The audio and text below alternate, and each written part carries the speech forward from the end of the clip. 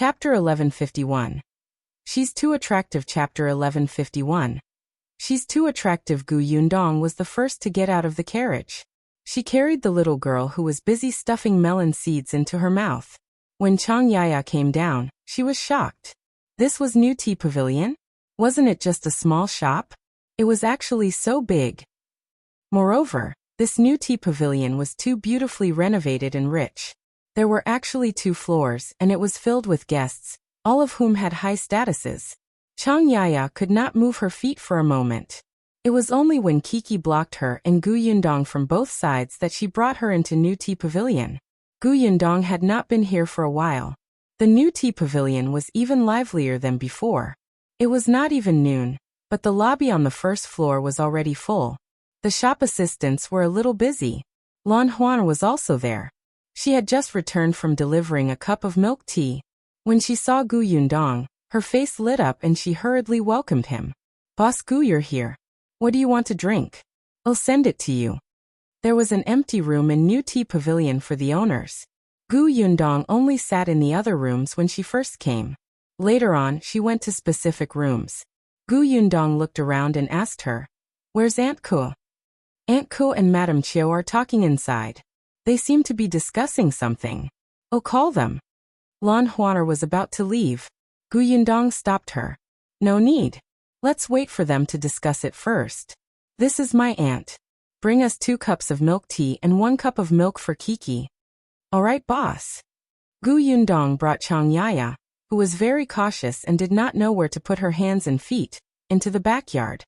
Only then did Chang Yaya realize that this New Tea Pavilion not only had 2 floors, but there was also such a huge courtyard at the back that had so many rooms. Kiki led the way with familiarity. She didn't expect to almost bump into a young lady just as she turned a corner. The young lady was about Kiki's age. Her face was filled with tears, as if she had just cried. Kiki thought that she had scared her to tears. She quickly touched her face and felt that it was not scary. Then she said nervously, "I'm sorry. I walked too quickly. Don't cry. Does it hurt? I'll blow on it for you, okay? Let me tell you, my blowing is especially good. My brother fell and he was painful. I'll blow on him and he'll be fine." "Really?" The young lady opposite her was stunned. Before she could say anything, a servant girl ran over from afar. "Fifth Miss, so you're here. Why did you run out? Why didn't you tell me? What if we can't find you?" The 5th Miss said unhappily. "Third sister and 4th sister both despise me for being young and don't bring me along to play. I don't care. I don't want to play with them anymore. I've found a new friend. I'll ignore them in the future and won't give them anything to eat." Then, she grabbed Kiki's hand and snorted at the maid. Kiki blinked. So she had made new friends again? Was she so attractive? It was unbelievable. The servant girl did not know whether to laugh or cry. It was useless to snort at her. She was just a servant girl. She could not force 3rd Miss and 4th Miss to play with her. She looked up and was stunned when she saw Gu Yundong. "Are you Boss Gu?" Gu Yundong nodded. "I am." She smiled at the little girl and asked, "What happened?" The maidservant shook her head. How could she tell anyone about her master? However, the 5th young lady was very angry and said it out loud. Chapter 1152. Gu Yundong choked. Chapter 1152. Gu Yundong choked. "My 3rd and 4th sisters are drawing, writing, and playing chess in the house. I want to play too, but they say that I'm young and won't play with me. How am I young? I'm already 4 years old." When Kiki heard this, her eyes lit up. "You're 4 years old? I'm 5. Why don't you be 5 too? This way, we'll be the same age and can play together." 5th Miss held her hand. "Really? Then that's fine. I'll be 5 years old." Gu Yundong was speechless. "Ha! You can be however old you want?" The 2 of them did not see the shocked expressions of the 3 adults present. They had already walked hand in hand to a room not far away. The maidservant suddenly reacted and hurriedly wanted to stop the 5th Mississippi. Gu Yundong immediately said, "It's fine. Let her play in our room for a while.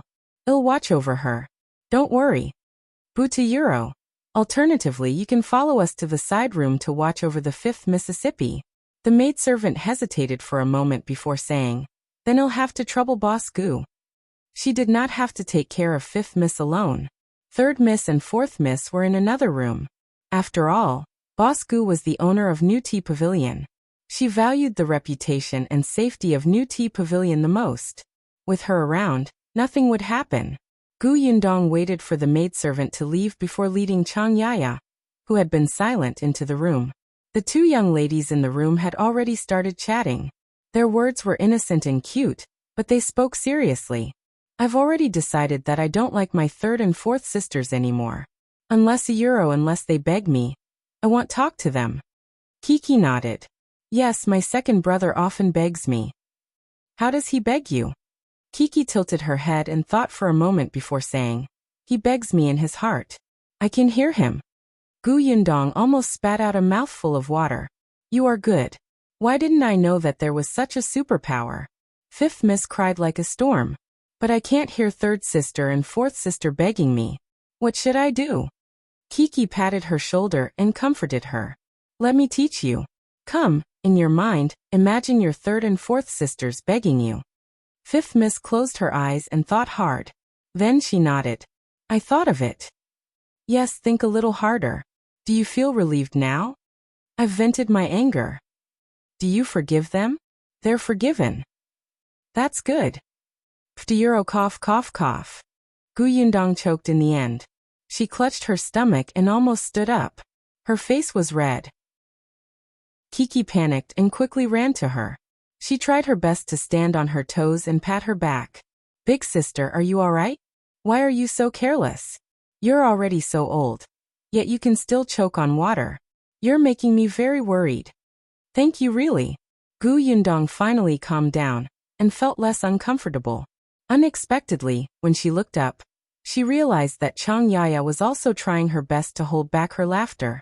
Ever since Chang Yaya entered the room, she did not know where to put her hands and feet. It was only when she heard the children's childish words that she slowly relaxed. She tried her best to suppress the smile on her face and gradually let go of the 2 children. Actually, the older children are not willing to play with the younger ones, so you can find someone of similar age and play with something else. Play with something else? What? Chapter 1153. Something kids play with. Chapter 1153. Something kids play with. 5th Miss tilted her little head and looked curious. I know how to flip a flower rope and pitch pot, but they still despise me for being too young and say that I don't have the strength. Chang Yaya was stunned. Many things played by children from the countryside flashed across her mind, such as jumping on a horse, throwing mud, hitting a rat, throwing stones, and so on. However, these things did not seem to be suitable here. These children were all young ladies from wealthy families. They played elegantly. Didn't they hear what she said just now? Drawing, playing chess, and writing. No one was willing to get mud on them. Facing 5th Miss' expectant gaze, Chang Yaya instantly felt a little guilty. She could not help but look at Gu Yundong, who stroked her chin thoughtfully. After a while she suddenly said, That's a problem. I have an idea, but it will take some time. As she spoke, she stroked 5th Miss' head and said softly, I have something fun here, but I haven't made it yet. You have to wait for a while. Can you play with Kiki first? When it's done, Kiki will be the first to invite you over to play, okay? 5th Miss instantly shifted her gaze and met Gu Yundong's eyes. Her face was filled with excitement. Something fun? What is it? You'll see. Be patient. Okay. 5th Miss was comforted and immediately went to flip the flower rope with Kiki. Lan Huar quickly brought in milk tea and milk. Gu Yundong gave Chang Yaya a cup. Chang Yaya only felt that the cup was filled with a sweet fragrance. She could not help but swallow her saliva and lower her head to take a careful sip. Then her eyes lit up. It was really delicious. No wonder so many madams and young ladies liked to come to New Tea Pavilion. The thing called milk tea could really make one's tongue taste sweet. Chang Yaya's face was filled with happiness. After drinking half a cup, she suddenly came to her senses. She hurriedly put down the cup and turned to look at Gu Yundong. Unexpectedly, Gu Yundong took out a piece of paper and a brush from somewhere, and was seriously drawing something. She carefully leaned over and looked at it carefully, but she didn't understand. But seeing how focused Gu Yundong was, She did not dare to make a sound to disturb her. She simply watched the two children play. Occasionally, she would take a sip of milk tea and look at the scenery outside the window. Such a quiet and comfortable atmosphere was a lifestyle that Chang Yaya had never experienced before. If only Xiaoxi was here too. As she was thinking, there was a knock on the door. Chang Yaya was shocked and quickly stood up to open the door. There were two middle-aged women standing at the door. When Chang Yaya saw their expressions, her body instantly became stiff and reserved. Fortunately, Gu Yundong's voice quickly sounded from behind. Madam Qiu, Aunt Ko, you're here. Come in quickly. Chang Yaya immediately made way to let the two in. Madam Qiu was slightly stunned when she saw Fifth Miss playing at the side. When Kiki saw Aunt Ko smiling sweetly at her, she didn't rush over and throw herself into her arms because she still had to accompany her heartbroken friend who had been abandoned by her two sisters. Gu Yundong introduced Chang Yaya to them before saying, I heard from Lan Huar that you went to discuss something. It seems to be quite important. What is it? Do you want to tell me? There's indeed something I want to resolve. Since Boss Gu is here, let's discuss it together. Madam Qiu nodded and sat opposite Gu Yundong. Chapter 1154. Children's Playground. Chapter 1154. Children's Playground. Gu Yundong was all ears. What surprised her was that Madam Qiu and Aunt Ku were discussing the same thing as her. Madam Qiu explained the recent situation of New Tea Pavilion. Ever since young Master Shao became famous in the prefectural city, the business of this milk tea shop has improved. Ordinary people might not know about Shao Qingyuan and Gu Yundong's relationship, but how could the wealthy families in the city not know? They would find out after a simple investigation. So there were especially many madams and young ladies who came to the shop. There were many wives and children. There were not many rooms that were filled with childishness. However, these young children especially liked such a room, and were unwilling to give it up. Later on, Madame Qiu thought that she might as well let the children play together, and let the servants watch over them. Then, there would be no need to snatch the room. However, a new problem arose. The younger children could not stay in the room for too long, especially when they saw the older young masters and young ladies drawing and reading. They felt especially bored and shouted to find their mother. After they found their mothers, because the room was too strict, they were dissatisfied again. Therefore, the backyard of New Tea Pavilion would often become chaotic, affecting the other guests. Thus, Madame Qiu started discussing this matter with Aunt Ku, who specialized in taking care of children. Gu Yundong smiled when she heard that. She turned the piece of paper that she had just drawn around to show them. Madame Qiu tilted her head and stared at it for a long time, but she couldn't figure it out. She asked in confusion, "What is this?" "This is called a slide. It's specially for children to play with. There are also small swings beside it, small wooden horses and seesaws.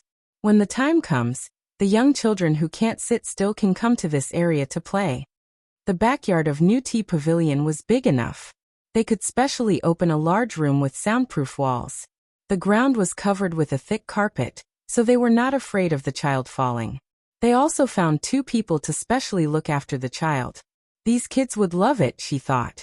New Tea Pavilion's business was booming, and problems followed.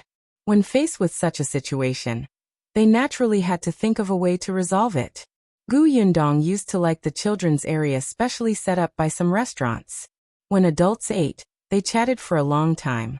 Most of the children were impatient, and could not sit still.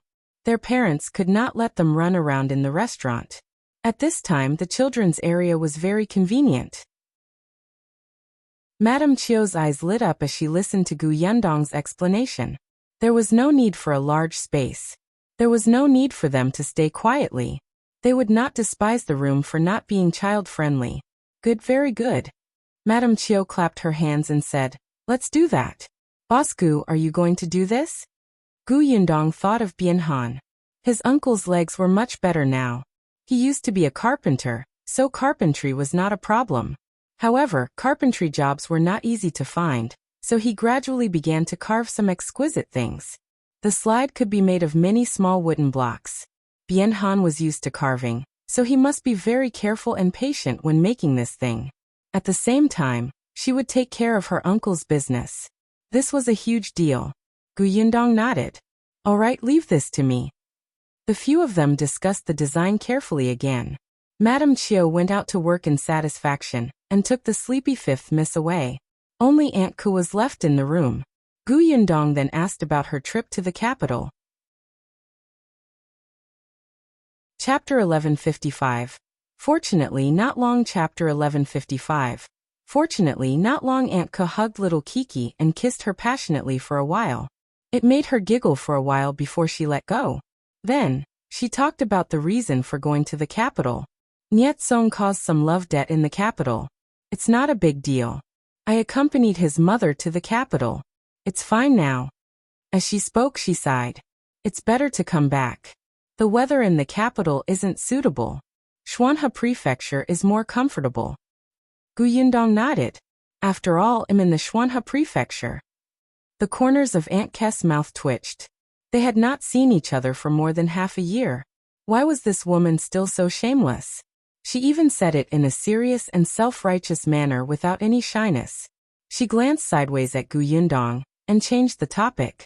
By the way, Nie Shuang has taken a fancy to a suitable shop in the capital and bought it. He said that it will be used to open new tea pavilion in the future. I've helped to take a look. The location is indeed not bad. Do you want Feng Danning to continue to help repair it in the capital, or look for it locally?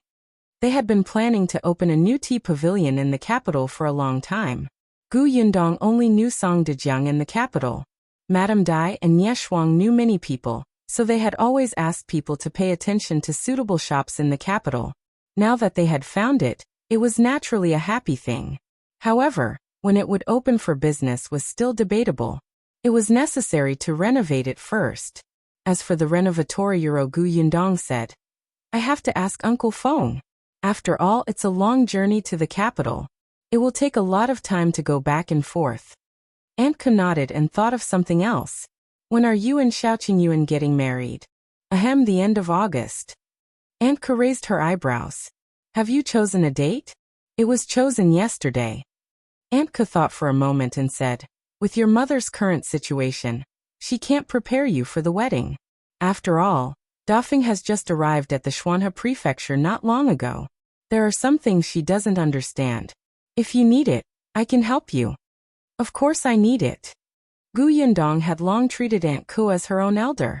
Previously, when she was away from home for a few months, it was Aunt Ku who took care of the family. Moreover, Gu Yundong knew that it was more appropriate to leave these matters to Aunt Ku. When Aunt Ku heard her answer without hesitation, she nodded and took over the matter with satisfaction. I'll discuss it with your eldest aunt and the others when the time comes. Gu Yundong quickly told her about Gu Xiaoxi and Chang Yaya. When the time came, the two pairs would get married together. Aunt Ku had an idea.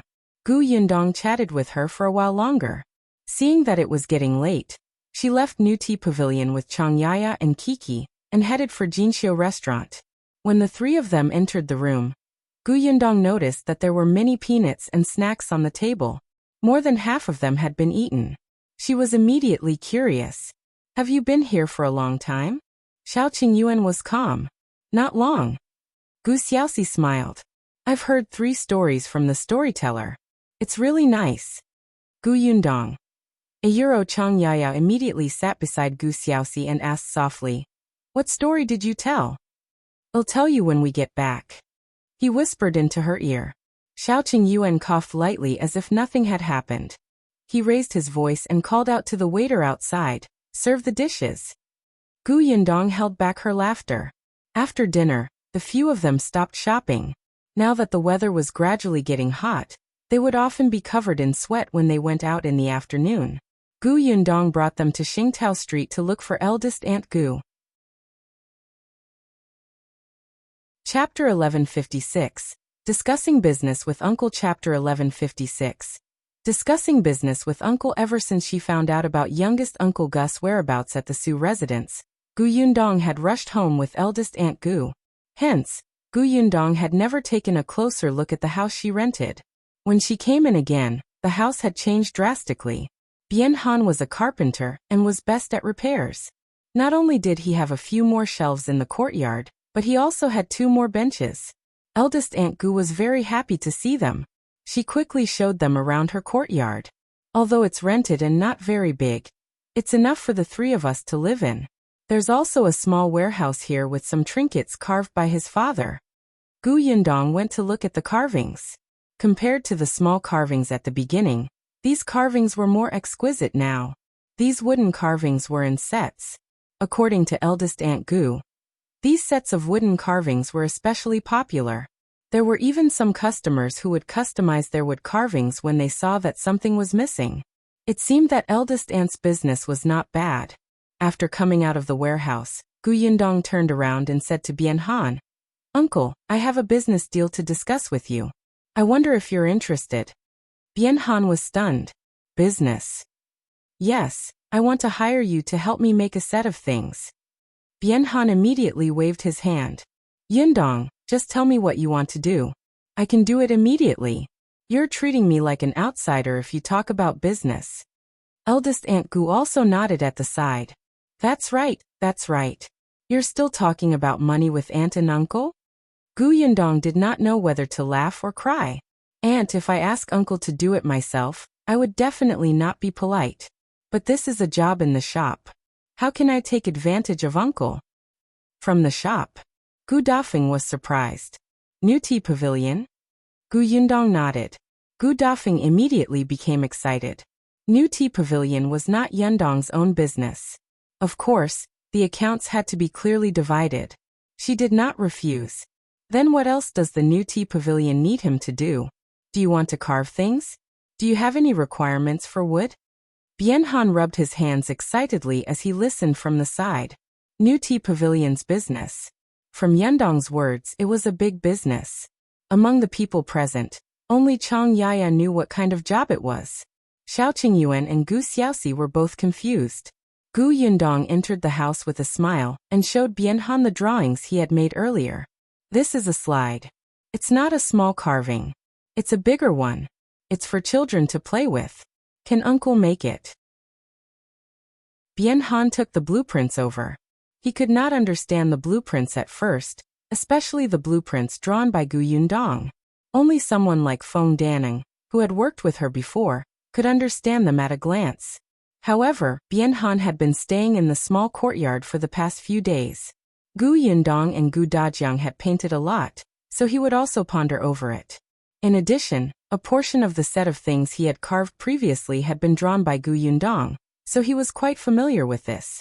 However, the blueprint this time was of a larger size.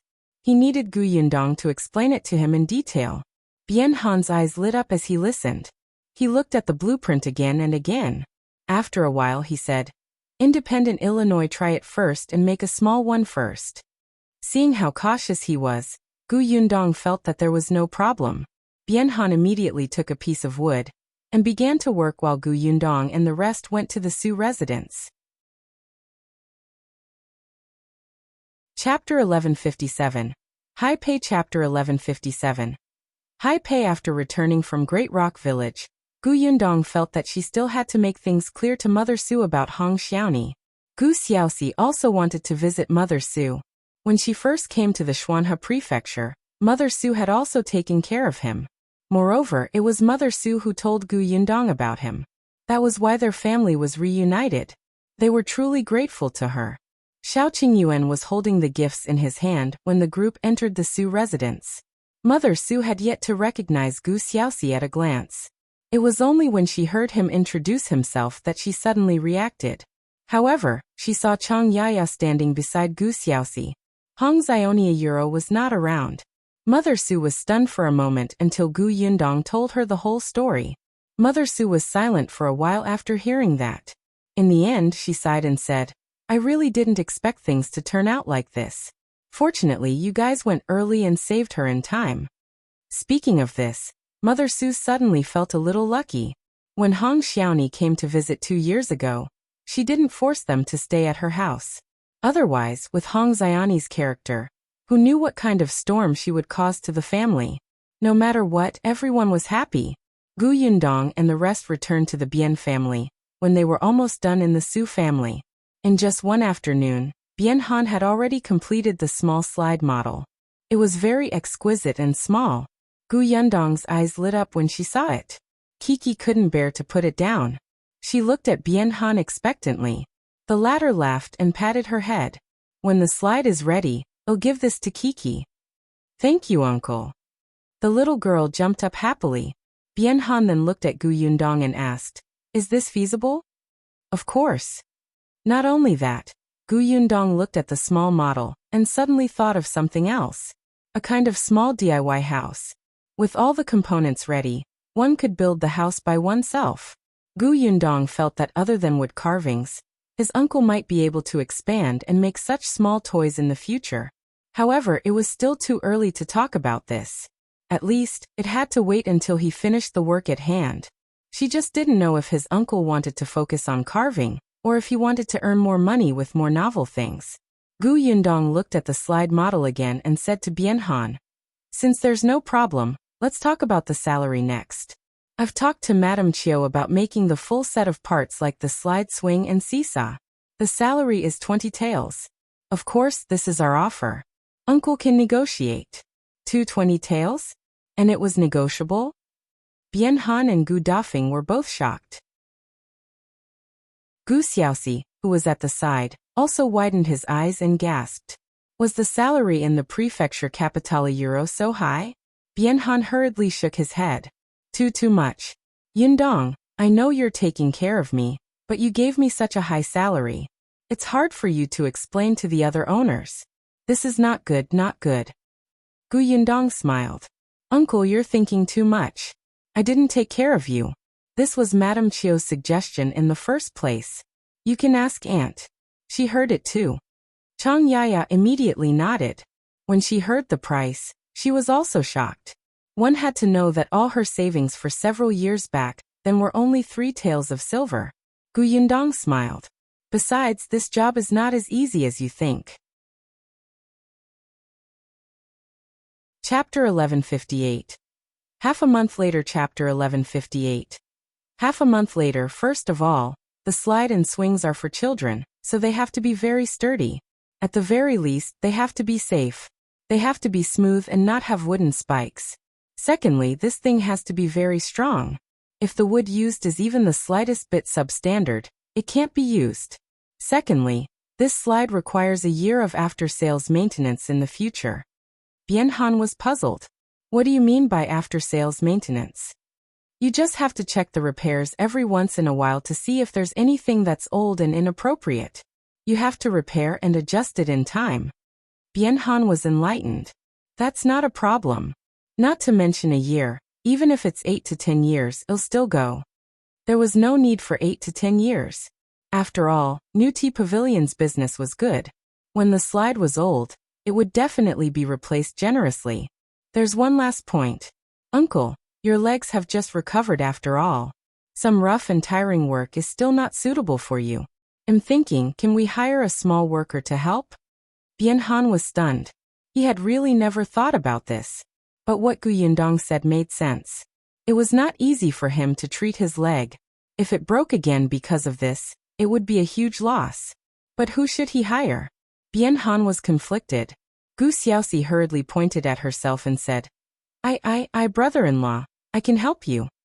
Bianhan turned to look at him, and his eyes suddenly lit up. Yes, Xiaoxi had just arrived at the Xuanhe prefecture, and she didn't have any work to do now. He was also young and capable, and he was family. He didn't have to worry about leaking Yundong's blueprint. He was the most suitable candidate. All right, then help me. We'll split the money we earn equally. Gu Xiaoxi hurriedly waved her hand. How can we split it equally? I'm just a helper. I don't know much about carpentry.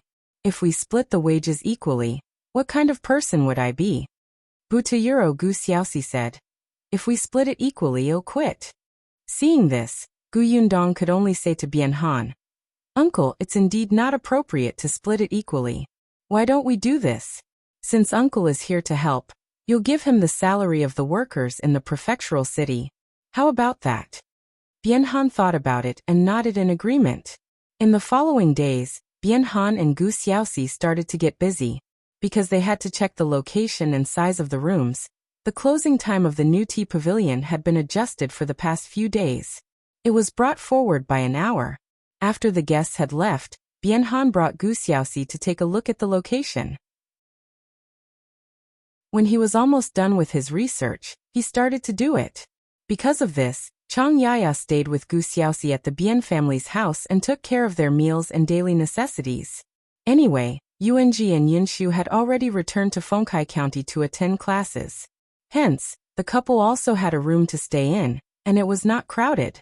Bianhan temporarily stopped carving, so Gu Dafeng naturally had less time to go to the market. Hence, she and Aunt Ku prepared for the wedding of Gu Yundong and Gu Xiaoxi. With Aunt Ke's suggestion, Gu Dafeng felt much more at ease. From the beginning, she was afraid that she would not do well. After all, she was just a countryside woman. If she was preparing for the wedding, most of it would be arranged according to the standards of the countryside. However, Yundong and Qingyuan's identities were different now. If they were doing the countryside style, they would look much more petty and would be laughed at. With Aunt Ku around, Gu Dafeng only needed to help from the side and learn more about the rules here. Half a month later, the slide of New Tea Pavilion was finally completed. Chapter 1159. New Tea Pavilion has a new thing. Chapter 1159. New Tea Pavilion has a new thing. Madame Dai and Nie Shuang both knew about slides, but they had never seen one before. They had only heard Madame Chiu give them a rough idea. Gu Yundong had always been proficient in publicity, and it was the same this time. 2 days ago, she had already informed the guests that New Tea Pavilion would be launching new things today. They were specially prepared for guests with children at home. Everyone was interested when they heard that. The things in New Tea Pavilion had always been novel and would not disappoint anyone. This time, it was said that Boss Gu had personally prepared it. Even Madame Dai and eldest Miss Nye had never seen it before. Driven by curiosity, both the women who were taking care of the children and the young ladies who were not married, yet all appeared at the entrance of New Tea Pavilion. The slide was already in the room. Beside Gu Yundong stood the excited Bianhan and Gu Xiaoxi. After all, they were the ones who made it. They could explain it in front of everyone. Fifth Miss, who had almost bumped into Kiki that day, had also come. Now she was holding Kiki's hand and saying proudly to her third and fourth sisters, "Sister Gu said that she suddenly had this idea after hearing my words. That's why Kiki and I are the first to play. You can't compete with me, understand?" Her third and fourth sisters were surprised. They didn't know that the new thing from New Tea Pavilion was actually related to their sister. When the madam and young lady heard this, they immediately became even more curious. The slide was covered with a cloth. Madame Dai was holding a corner in her hand, and so was Nie Shuang. Someone said impatiently, "Shouldn't we pull it open? Everyone is almost here." Madame Dai looked at Gu Yundong, who nodded. Madame Dai and Nie Shuang took a deep breath. Their eyes were also filled with anticipation as they reached out and pulled down.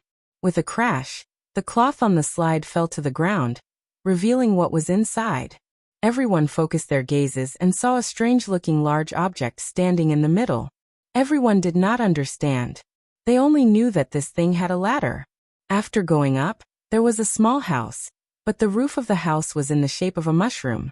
It looked especially bright and interesting. There were 2 slipways beside the house. One was straight, and the other was circular. On the other side of the house was a net. There were handrails on both sides that allowed people to walk over. After passing through the net, there was a small roof. The roof was in the shape of a windmill. It looked like they were in the suburbs and free. There was also a slide here that was slightly higher. There was a fence beside the entire large object. The fence was also shaped. There were even paintings on it. They looked like some small animals and were very cute. Everyone could not help but be curious. What is this? It looks strange. I've never seen it before. Of course you haven't seen it before. Otherwise, how can it be called a novelty? Even Madame Dai and Nie Shuang could not understand it after sizing it up for a long time. Gu Yundong gave Bianhan an encouraging look. Bianhan took a deep breath and tugged at his sweaty palms. He took a step forward and said, "Ladies and gentlemen, you must be very curious about this thing. Let me introduce it to everyone. This thing is called a slide. It's specially designed for children between 3 and 6 years old. Bianhan was stunned for a moment when he saw that everyone's gaze was on him. However, he quickly pinched himself and recited the words he had practiced at home hundreds of times. The slide allows children to exercise their physical fitness, increase the balance of their legs, and make their hands and feet more coordinated. It can also allow children to have more courage and confidence by climbing and sliding. Chapter 1160. Envy. Chapter 1160. Envy. Everyone was a little surprised. The Euro had such a function? Seeing was better than hearing. Gu Yundong saw everyone's gaze and gave Kiki a look. Kiki immediately pulled Fifth Miss forward. When they reached the stairs, she turned to Fifth Miss and said, "Don't be afraid. Just follow me. It's very fun." Fifth Miss was not afraid at all. She was eager to give it a try and nodded vigorously. Kiki started to walk up the stairs. Fifth Miss immediately followed her obediently. Her mother wanted to pull her, but she couldn't. The two girls entered the mushroom house one after another and sat down. Gu Yundong went forward and adjusted their postures before nodding. Kiki moved her butt and slashed down with a swoosh. Fifth Miss followed closely behind and shouted excitedly, "I'm coming down, I'm coming down. It's so fun." There was a blanket at the bottom of the slide, so she was not afraid of falling and colliding. After the two girls slid down, they immediately turned around and climbed the stairs again. Everyone was speechless. The two of them went to the net again and passed by another windmill house. They rode down on the rotary slide. That was not all. The two of them became more and more excited as they played. When they slid down, they went to climb the ladder or walk the net. They went back and forth a few times, making the other children beside them envious. They revealed longing expressions.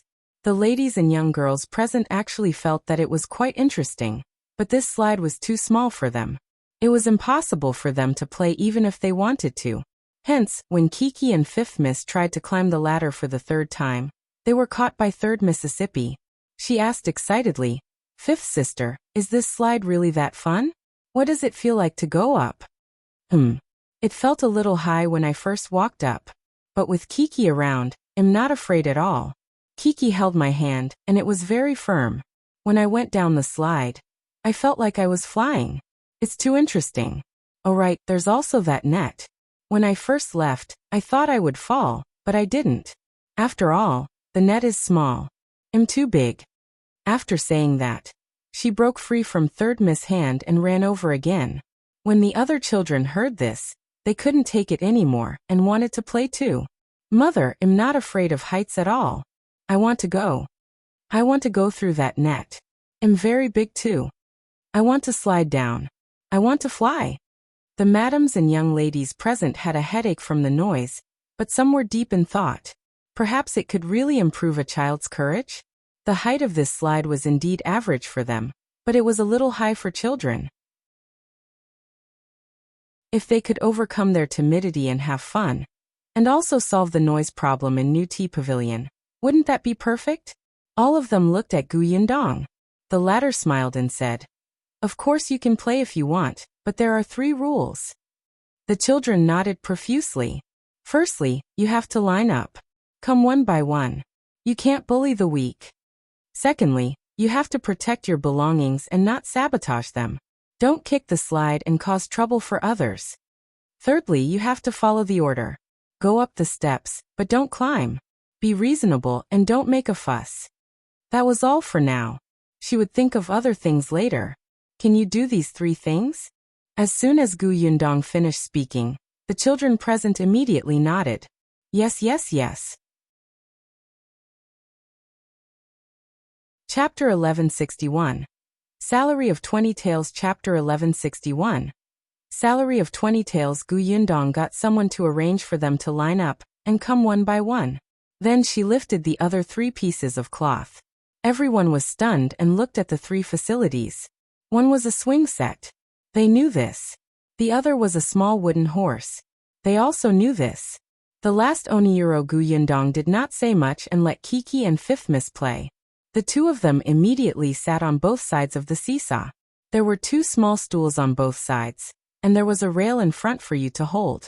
After Kiki sat on it, she tapped her toes and flew up.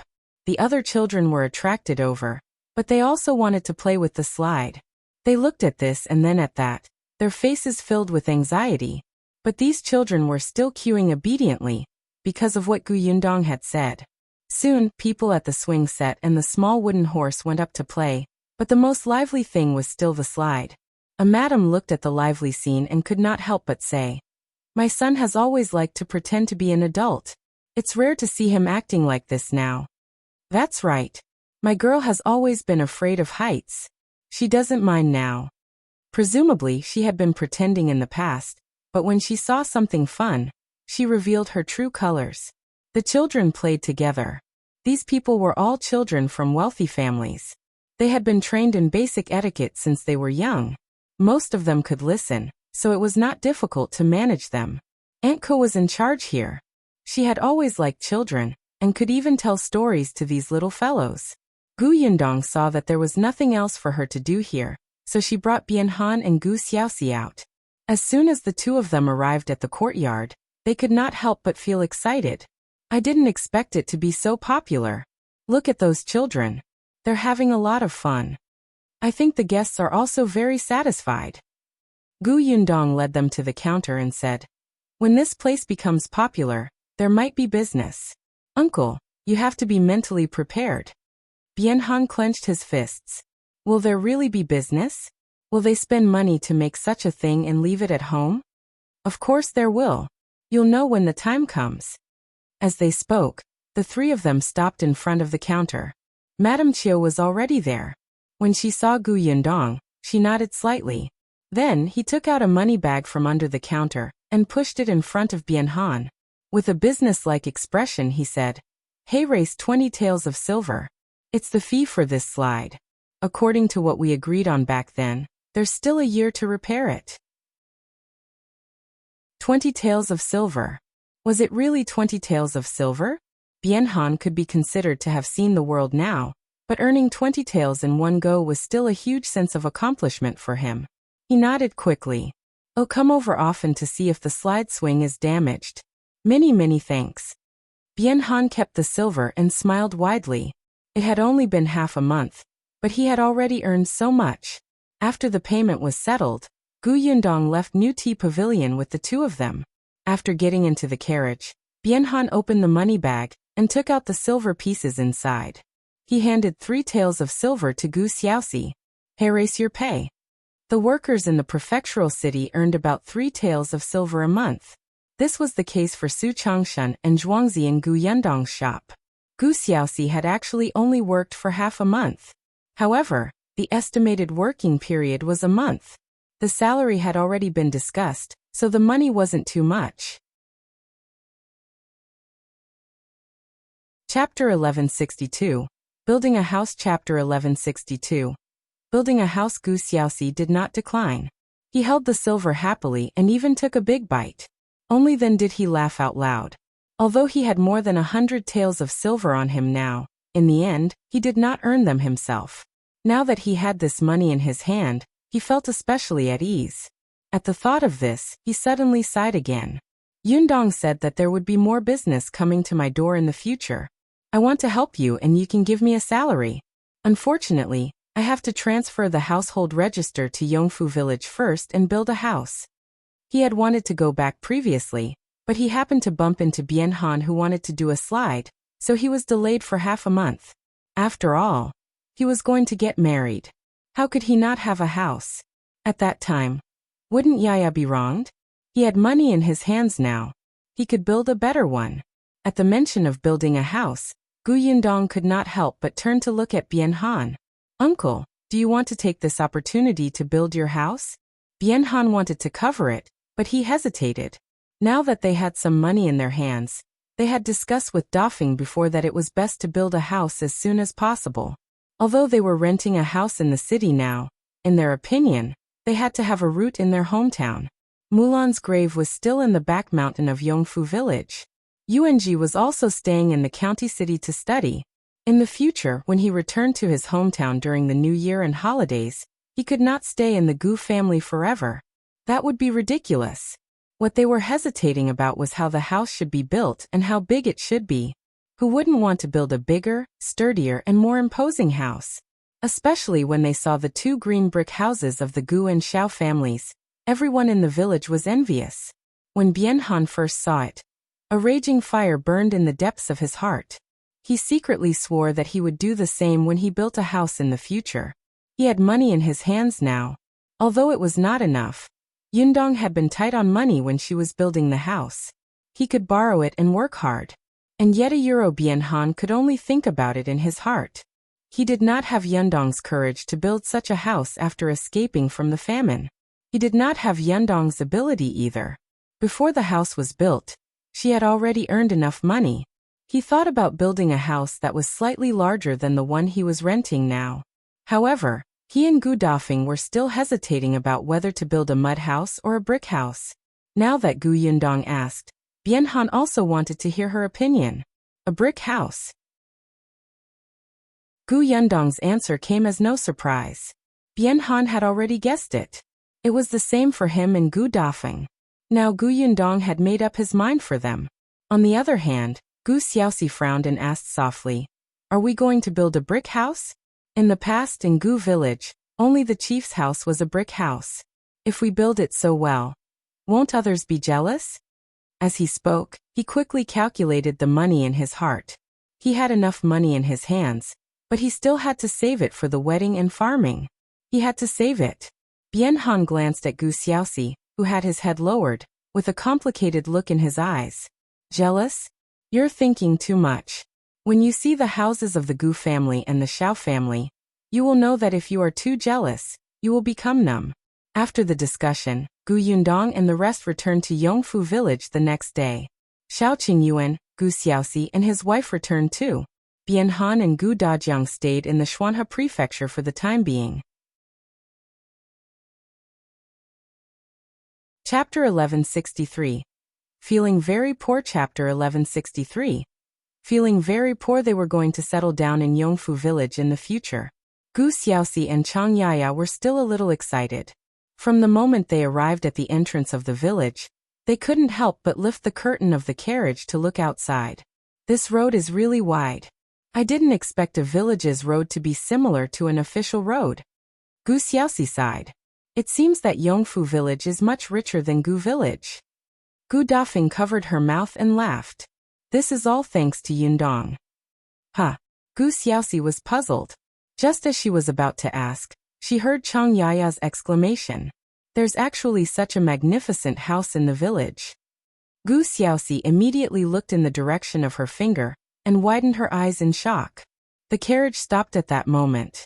Gu Yundong and the rest alighted, but Gu Xiaoxi was still in a daze. Gu Dafeng walked to the carriage window and reached out to pat his head. All right, come down quickly. We're home. We're home. Gu Xiaoxi hurriedly came down. Then, she watched as Gu Dafeng and the others calmly walked into the spacious and imposing green brick house. His mouth fell open in astonishment. No, it can't be, can it? This is his brother's house? Gu Xiaoxi turned around and exchanged glances with Chang Yaya, who was also stunned. After a while, he began to worry about his silver.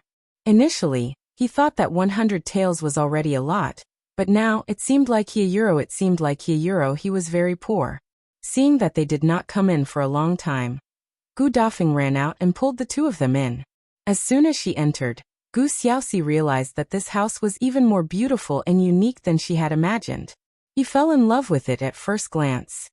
He began to count the money in his hands again. Gu Yundong did not wait for him to finish calculating, and went to look for Chen Liang. Chen Liang had been overjoyed recently. The cowpox vaccination in their village had been completed, but Shao Quan did not leave. He was still holding down the fort in Yongfu village. Therefore, many people from the neighboring villages came to ask for help. Now Yongfu village was in high demand. It was extremely popular. During this period of time, there were many matchmakers who visited.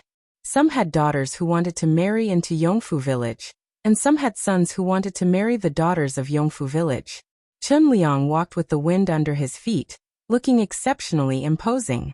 And these were all blessings brought about by Gu Yundong and Shao Qingyuan. Therefore, when he saw Gu Yundong coming to look for him, Chen Liang immediately got Madame Zhou to make tea and send snacks. He smiled and let them sit. he asked happily. Why are you back at the village at this time? Did something happen in the workshop? Then he looked at Gu Xiaoxi and Chang Yaya. These two area euro, they're my uncle and aunt. Chen Liang was stunned for a moment, and was a little uncertain. Who are they again? My uncle and aunt, Gu Yundong repeated. Chen Liang's eyes widened. Of course, he knew that the Gu family had been looking for Gu Xiaoxi. To be honest, he had always thought that the youngest uncle of the Gu family might have passed away a long time ago. He did not expect them to really find him. His surprised gaze circled around Gu Xiaoxi twice before he finally suppressed the gossip in his heart and said, Congratulations, congratulations. Your family is finally reunited. Yes, our family is reunited. Gu Yundong sighed. So this time, besides letting my uncle's household register be in Yongfu village, we also want to build my uncle and aunt's house. This is a good thing. Chen Liang clapped his hands happily. After a pause, he seemed to have thought of something and asked, Or do you want your Uncle Feng to build it? Chapter 1164. Budget for the house. Gu Yundong shook his head. Uncle Feng is very busy now. He has a few major businesses on hand that he has to personally keep an eye on, so I didn't look for him. Feng Danning had always been grateful to Gu Yundong. If the Gu family wanted to build a house, he would come personally without a word. It was Gu Yundong who stopped him. He had finally stabilized his footing in the prefectural city, and happened to have an urgent job in his hands. He had agreed with his boss that he would do it personally and had a completion date. If he ignored it at this juncture, his good reputation would be ruined.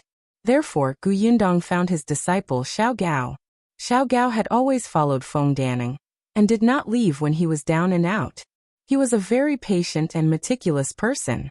He was also diligent in his work. Gu Yundong was relieved.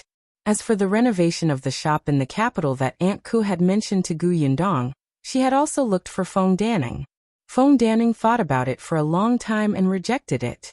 Even though he knew that this was a very rare opportunity given to him by Gu Yundong. Even though he also wanted to go up, he was very clear about his ability. If he walked too quickly, it would be easy for him to fall down. It was better to build a solid foundation in the prefectural city before developing to the surroundings. Didn't everybody see that Gu Yundong's shop was only open in the prefectural city and not in the capital? It was not that she had no money or ability, but it was just not time yet. The new tea pavilion business only dared to take down the shop because of Madame Dai and Ye Shuang. They had connections in the capital. Therefore, they were still discussing finding suitable craftsmen for the renovation of new tea pavilion in the capital. Chen Liang nodded when he heard what she meant. Shao Gao is an expert too.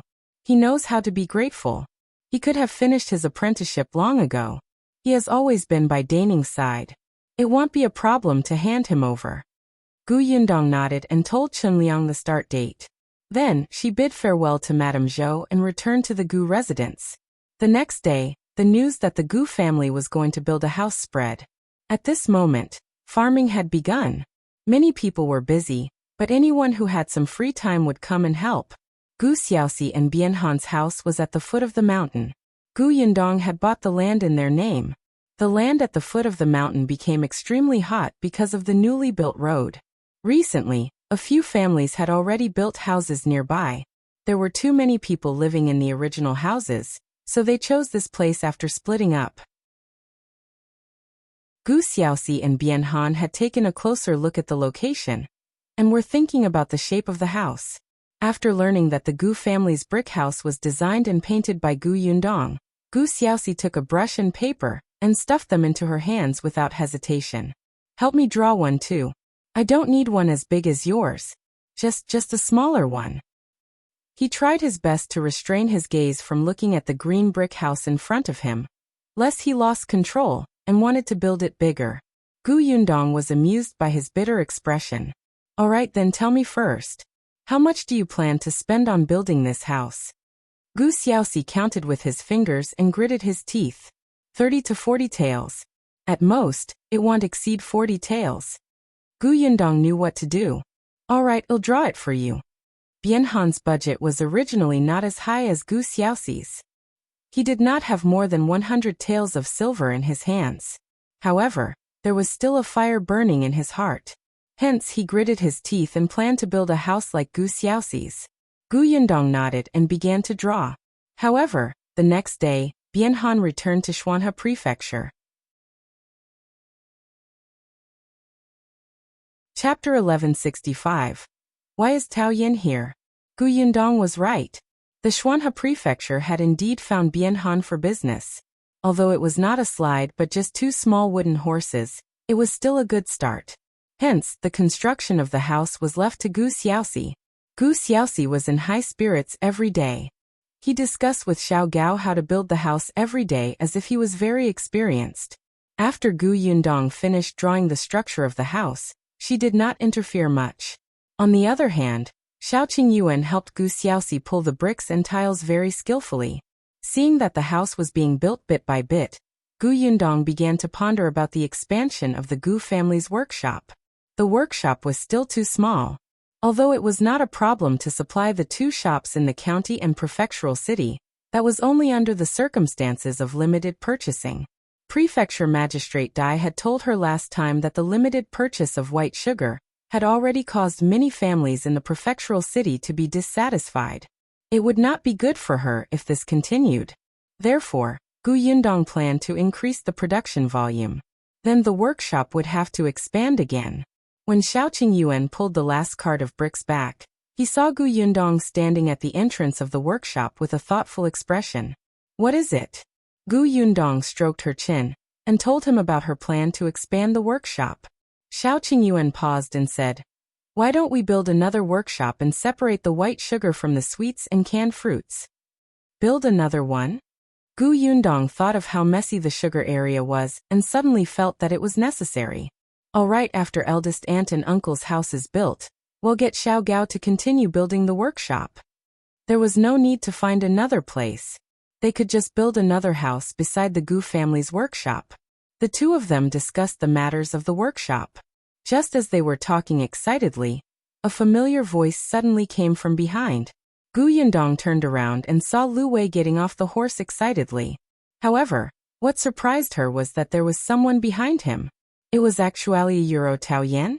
Gu Yundong could not help but look at Shao Qingyuan. Why is Tao Yin here? As he spoke, Lu Wei had already walked in front of the 2 of them. You guys have been back from the prefectural city for more than half a month, and didn't even tell me. If I hadn't happened to come to your shop to buy things, I wouldn't have known. As he spoke, he looked behind them for a while. By the way, I heard that your uncle has been found too? Where is he? Gu Yundong was speechless. Why would you want to see my uncle? You don't even know him. I'm just curious. Gu Yundong ignored him and looked behind him. Tao Yin led his horse over and cupped his hands at the 2 of them. Young Master Shao, Miss Gu, sorry to disturb you. Third Young Master Tao, what brings you to Yongfu Village? Tao Yin smiled and said, I'm here to look for Miss Gu. Coincidentally, young Master Lu was also coming over, so we traveled together. Shao Qingyuan frowned. Looking for me? Gu Yundong was surprised. She felt that she should not have any interaction with Tao Yin. Even so, Gu Yundong still brought the 2 of them back to the Gu house. After they were served tea, Gu Yundong asked, Third Young Master Tao, why are you looking for me? I remember the last time at Jinxiu restaurant, Miss Gu took out a handkerchief and showed it to young Master Peng. You even asked about the origin of the handkerchief, right? Gu Yundong's expression tightened when she heard the handkerchief. She clenched her fists by her side. She nodded and asked, Yes, why did Third Young Master Tao suddenly ask about the handkerchief? Chapter 1166. How lustful Tao Yin smiled and said, Back then, I saw that the handkerchief was indeed quite extraordinary, so I also took a few more glances. Especially when I heard young Master Peng say that the material of the handkerchief was rare, I subconsciously paid more attention when I saw it again. Shao Qingyuan narrowed his eyes. Again? Have you seen that material again? Tao Yin looked up and glanced at Shao Qingyuan. As expected, Gu Yundong did not unintentionally obtain the handkerchief. It should be special to them. Moreover, he had noticed the word Shao on the handkerchief at that time. As in Shao Qingyuan. However, looking at their expressions, Tao Yin realized that they were not completely secretive about this matter.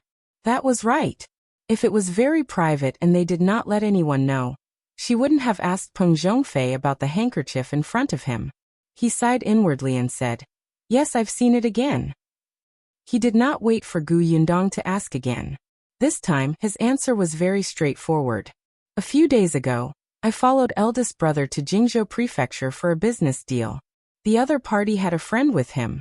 The pouch hanging at his waist was made of this kind of fabric. At that time, I took a few more glances and thought that Miss Gu seemed to be very interested in this material, so I asked a few more questions. That person was a talkative person, and really told me a lot about the material. Previously, young Master Peng said that cloth was rare, and that was indeed the case. However, he was wrong about one thing. Ordinary people really don't have this material. Even if they do, they don't dare to use it. Therefore, those who can use it are all high-ranking officials and nobles. This has only happened in the past few years. If it was 10 years ago, there would be even fewer people who would use it." Gu Yundong's eyes sparkled. Few people used it 10 years ago. Brother Shao's handkerchief was from 20 years ago, so fewer people must have used it. Their range could be narrowed down again and again. Shao Qingyuan, on the other hand, was very calm. He took a sip of tea and said to Tao Yan, "That person knows what happened 10 years ago?" "Yes, that person's status in the capital is not ordinary. It's said that 20 years ago, their Shao family was one of the top families in the capital. They had once made a great contribution and received a reward from the previous emperor. This cloth was among the rewards." Gu Yundong was stunned. "The Shao family?" She glanced at Shao Qingyuan and smiled. "They have the same surname as Brother Shao." "Yeah, that is the Marquis of Huayin estate. The old Marquis back then was a famous figure." Marquis Huayin, surnamed Shao, had obtained such fabric 20 years ago. Gu Yundong was slightly excited. Could it be that Brother Shao's identity was about to be revealed? She looked at Shao Qingyuan, and the meaning in her eyes could be seen at a glance. Gu Yundong thought that he would be as impatient as her. Unexpectedly, Shao Qingyuan said firmly, "Let's get married first." "But the wedding is at the end of August." "Get married first." Gu Yundong was speechless. All right, after the wedding, it seemed that she had to make a trip to the capital. However, she did not know if this Marquis Huayin was related to Big Brother Shao. She wanted to ask more about Marquis Huayin, but she didn't expect Lu Wei to suddenly exclaim, Wait. What did I just hear? Did I hear something?" Gu Yundong was almost frightened by him. What did he hear? Did he have to be so thrilled? However, Lu Wei suddenly grabbed Gu Yundong's shoulders. Shao Qingyuan narrowed his eyes and quickly separated them, allowing Lu Wei to grab his shoulders. Lu Wei didn't care about this. It didn't matter who he caught. As if provoked, he shook Shao Qingyuan twice. "What kind of words did you say just now? Repeat what you said just now." Chapter 1167. This is related to me? Shao Qingyuan pushed Lu Wei's face away. No matter how excited he was, he couldn't spout nonsense, right? Calm down. What did we say? Lu Wei almost screamed. You said you were getting married. You said you were getting married at the end of August, right? Yes, a euro. Why didn't you tell me such an important thing? Gu Yundong's mouth twitched. Wasn't there still some time before the end of August? Did she need to tell him so early? But seeing how agitated he was, Gu Yundong felt that it was better not to provoke him. It was Shao Qingyuan who sneered and looked like he wanted to settle the score. Did you inform us that you were engaged? Lu Wei was speechless. He immediately felt that he was in the wrong and let go of Shao Qingyuan's shoulder guiltily. He took a step back and said softly, It's going to be cancelled soon, all right? This time it was Tao Yan's turn to be surprised. When did you get engaged? Why didn't we hear anything about it? Are you breaking off the engagement now? Lu Wei suddenly came back to his senses. He pulled Tao Yan up and pushed him out of the door. Why are you so nosy? Go out, go out. Don't listen to what you shouldn't. Just like that, Tao Yan was pushed out of the door. Lu Wei closed the door in front of him without hesitation. Tao Yan. A euro. Shao Qingyuan pulled Lu Wei back and opened the door again. he said to Tao Yan. Let's go to my house for a cup of tea. Tao Yan also knew that it wasn't easy to ask about Lu Wei. He didn't really want to know anything. He was just a little euro curious. Now that Shao Qingyuan had given him a way out, he naturally followed suit. The two of them turned around and left. Gu Yundong raised his eyebrows and looked at Lu Wei. He said, "Last time, your father said that he wanted to investigate the Zhang family. Have you finished your investigation?" Lu Wei nodded. When he talked about this, he was still a little indignant. "You don't know this, but that Zhang family is too despicable. I'm afraid that'll dirty your ears if I say it." Although he said that, he still explained everything about the Zhang family in detail. Gu Yundong. A euro my ears. However, after hearing Lu Wei's words, she was really shocked. It was simply an eye-opener. She did not expect the Zhang siblings to be able to play like this. My father was so angry that he was sick for a few days. If my sister hadn't stopped me, I would have gone to the Zhang family to beat them to death. Gu Yundong glanced at him from the corner of his eye. Fortunately, your sister stopped you. But since the matter has been investigated, why hasn't the marriage been cancelled? Of course my father wants to withdraw, but how can things be so simple? Although the Zhang family is in the wrong in this matter, there's no evidence at all from the things my father investigated. Even if we expose it to the Zhang family won't admit it. Instead, they will accuse us. Gu Yundong frowned. Since your father has found out, how can there be no evidence? Zhang Hao's wife told my father about these things. His wife couldn't possibly testify for us, so the matter was tied up. After a pause, Lu Wei continued. Actually, my father also beat around the bush and hinted to old Master Zhang that our family wanted to break off the engagement, but old Master Zhang was simply hateful. He actually threatened us openly and secretly, and as Lu Wei spoke, he stopped and stole a glance at her. Gu Yundong narrowed his eyes. Why? Does this matter have something to do with me? Chapter 1168. I have an affair with you. Lu Wei sighed and sat on a chair at the side, feeling a little dejected. He said weakly, "It's all my fault. If I hadn't said in front of Zhang Jiao that you were better than her in everything and wanted to anger her to death, she wouldn't have hated you. My father said that if we took the initiative to break off the engagement, he would have to suspect that I was having an affair with you." His father did not tell old Master Zhang that he already knew about Zhang Jiao's scandal. He did not want the Zhang family to really use despicable methods to slander him and Gu Yundong.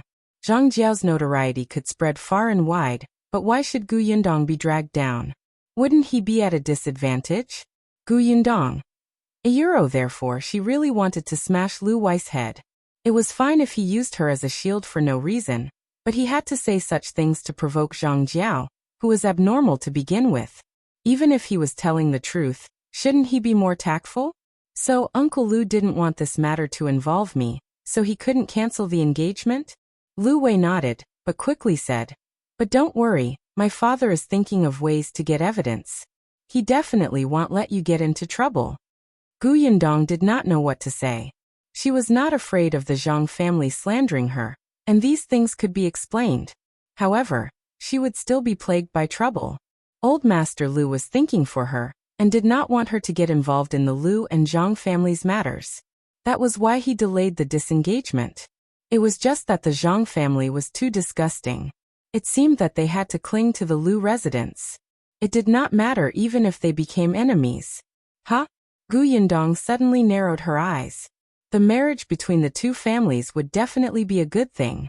Why did old Master Zhang seem to be clinging to the Lu residents? Gu Yundong reminded Lu Wei. Ask your father to investigate the Zhang family again. I have a feeling that they are hiding some secrets. Yes. Lu Wei nodded. He stood up, as if his fighting spirit had been reignited. Of course, they had to continue investigating and find evidence to break off the engagement. However, after talking about the Zhang family, Lu Wei asked about her wedding with Shao Qingyuan. Knowing that it was the end of August, he immediately began to think about what to wear that day. As Shao Qingyuan's best brother, he would definitely come to welcome the bride on the day of the wedding. He was even thinking about how to deal with the bride when she made things difficult for him. Or should he build a good relationship with Gu Yundong's brother in advance? By the way, wasn't her brother Gu Yinshu? He was studying in the same school as Lu Yi. He wanted Lu Yi to be a spy and find out if Gu Yinshu had any strange ideas to make things difficult for them. His thoughts were wandering. When Taoyan came back with Shao Qingyuan, he finally looked serious. Taoyan glanced at him and didn't say anything. The two of them did not stay in the Gu house for long. Lu Wei came over to tell Gu Yundong about the Zhang family.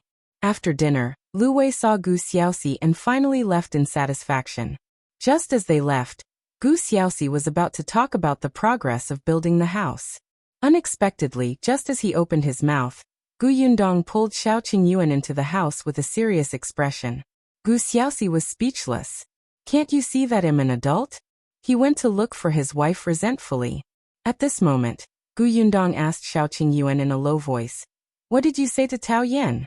Did he say why he specially came over to tell us about the fabric?"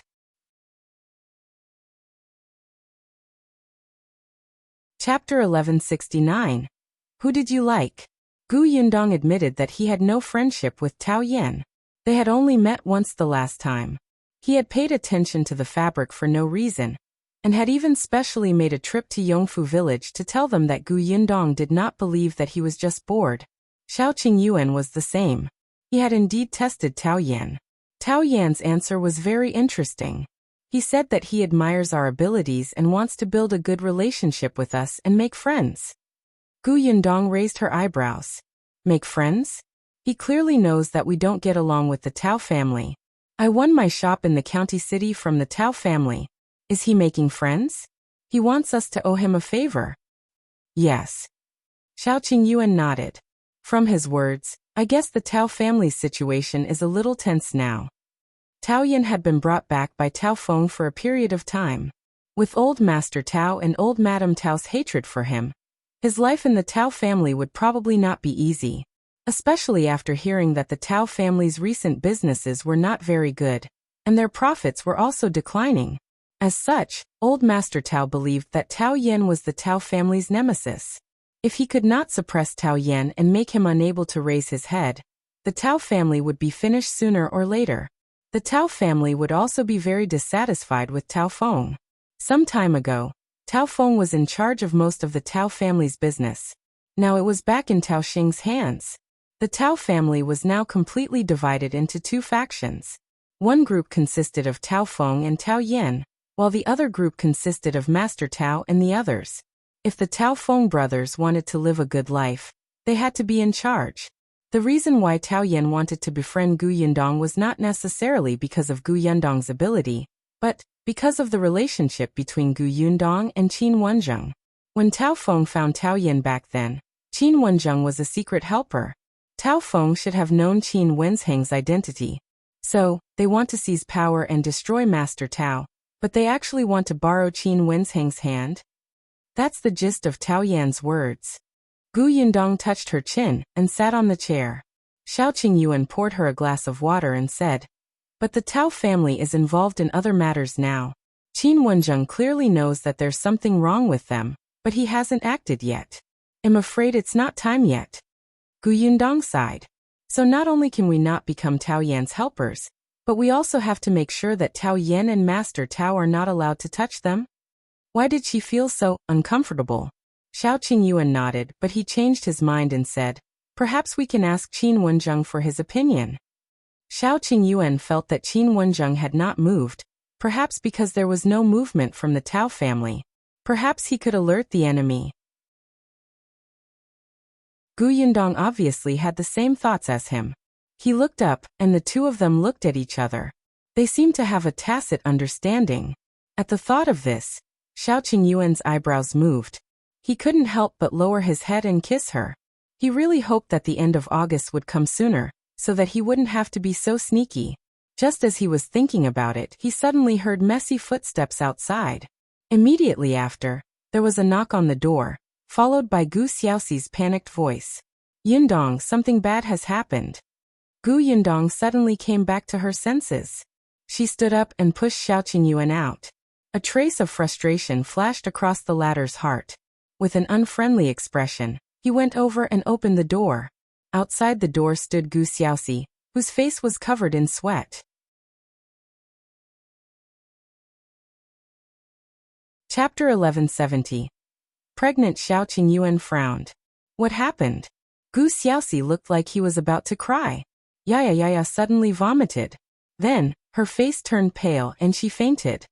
When Gu Yundong heard this, she hurriedly got up and walked out. Why did she faint? Gu Xiaoxi shook his head. I don't know. At first, I thought she ate something bad, but why would she faint? As he spoke, he turned around and led the two of them quickly to his room. When they entered the house, they realized that Chang Yaya was indeed lying on the bed with a pale face. Beside her was Shun Sitian, who had also heard the commotion and came over. She held a towel in her hand and was wiping the corners of Chang Yaya's mouth. Seeing Shao Qingyuan coming over, she quickly took 2 steps back to make room for him. Shao Qingyuan was now half a doctor. He could treat ordinary symptoms or take pulses. After all, he had stayed with more than 100 doctors in the Million Gold Pavilion for a few months. He did not forget anything he needed to learn. He sat on the stool by the bed and reached out to take Chang Yaya's pulse. Gu Xiaoxi watched worriedly from the side. She was so nervous that her hands were intertwined. After a while, Shao Qingyuan retracted his hand and frowned in deep thought. How is it? Gu Xiaoxi asked nervously. Is there something wrong with her body? Yaya has suffered a lot in the past and her health has always been bad. Is it now? Shao Qingyuan didn't say anything and reached out to take her pulse again. Gu Yundong hurriedly held Gu Xiaoxi back and told her not to speak. The room was silent except for the shallow breathing of the few of them. It was only when Shao Qingyuan retracted his hand that the 3 of them looked at him steadily. She should be pregnant, Shao Qingyuan said. He was actually a little uncertain. It seemed that she hadn't been pregnant for long, and the baby's pulse was faint. The 3 people in the room were speechless. What did they just hear? Chang Yaya was pregnant. Gu Xiaoxi was stunned. His entire body froze as he stood there motionlessly. When Gu Yundong finally reacted, he suddenly pushed him and said happily, Uncle, are you stupid? Brother Shao just said that Auntie is pregnant. Gu Xiaoxi turned his head around in a daze and blinked. So I didn't hear wrongly just now? I'm going to be a father? My wife is pregnant. Yes. Shun Sitian smiled. Congratulations. The corners of Gu Xiaoxi's mouth were wide open as he suddenly rushed to the bed. Yaya. He stopped mid-sentence and turned to ask Shao Qingyuan worriedly.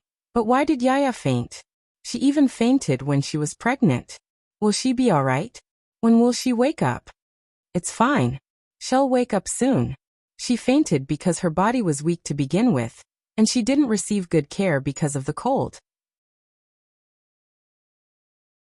She was too tired from building the house these few days, so she fainted. Only then did Gu Xiaoxi relax. Shao Qingyuan thought for a moment and said, But she hasn't been pregnant for long. It's better for you to take her to the county city's medical center and find an experienced doctor to take a look and confirm it. Shao Qingyuan didn't know much about gynecology. However, it seemed that he had to pay more attention to this aspect in the future, so that Yundong could receive better care in the future. It was unknown if Gu Xiaoxi had heard Shao Qingyuan's words, but he just nodded vigorously and looked at Chang Yaya carefully. Then he looked at her belly and smiled foolishly. Chapter 1171. Something forgotten. Gu Yundong secretly shook her head and heaved a sigh of relief. Uncle, take good care of little aunt first. Nourish her well later. Don't let her go to the new house for the time being. Gu Xiaoxi kept nodding. Gu Yundong thought that she should wait for Chang Yaya to wake up first. The 3 of them left him to take care of her and turned to leave the room. As soon as they walked out of the door, she saw Tong Shuitao walking over with a child in her arms. This child was the son that Madame Jiang had given birth to not long ago. Now that he was almost 2 months old, he was especially obedient. Usually he did not cry or make a fuss. He only cried when he was hungry. Gu Yundong walked over and held his little hand. The little guy immediately grinned, revealing his pink gums. He was very happy, making her feel happy. Gu Yundong looked up and said to Tong Shuitao, It just so happens that your mother has just given birth. There are some things pregnant women need to pay attention to. Let Aunt ask her. Gu Yundong really did not know what pregnant women should pay attention to, but Madame Jiang had 2 children and was very experienced. However, Chang Yaya's health was indeed not good. Not only could she not overwork herself, but she also needed to eat something good. As she thought about it, she walked to the study and took a brush and paper to record it down. She planned to buy something in the county city another day. Just as she finished writing, she heard Chang Yaya wake up. Gu Yundong looked over and saw Chang Yaya and Gu Xiaoxi hugging each other and crying tears of joy. Chang Yaya felt an unprecedented joy well up in her heart. When she was young, she was despised by her biological grandmother. After her reputation was completely ruined, she thought that she might be alone in the future, and it would be impossible for her to get married again. Unexpectedly, a calamity had caused her to meet Gu Xiaoxi. It was a blessing in disguise that she had found such a husband who doted on her. The Gu family was even easier to get along with. They were afraid that she would have no relatives by her side alone, so they took special care of her. She was about to have her own house and home. Initially, they thought that they couldn't be happier. They did not expect their child to arrive so quickly.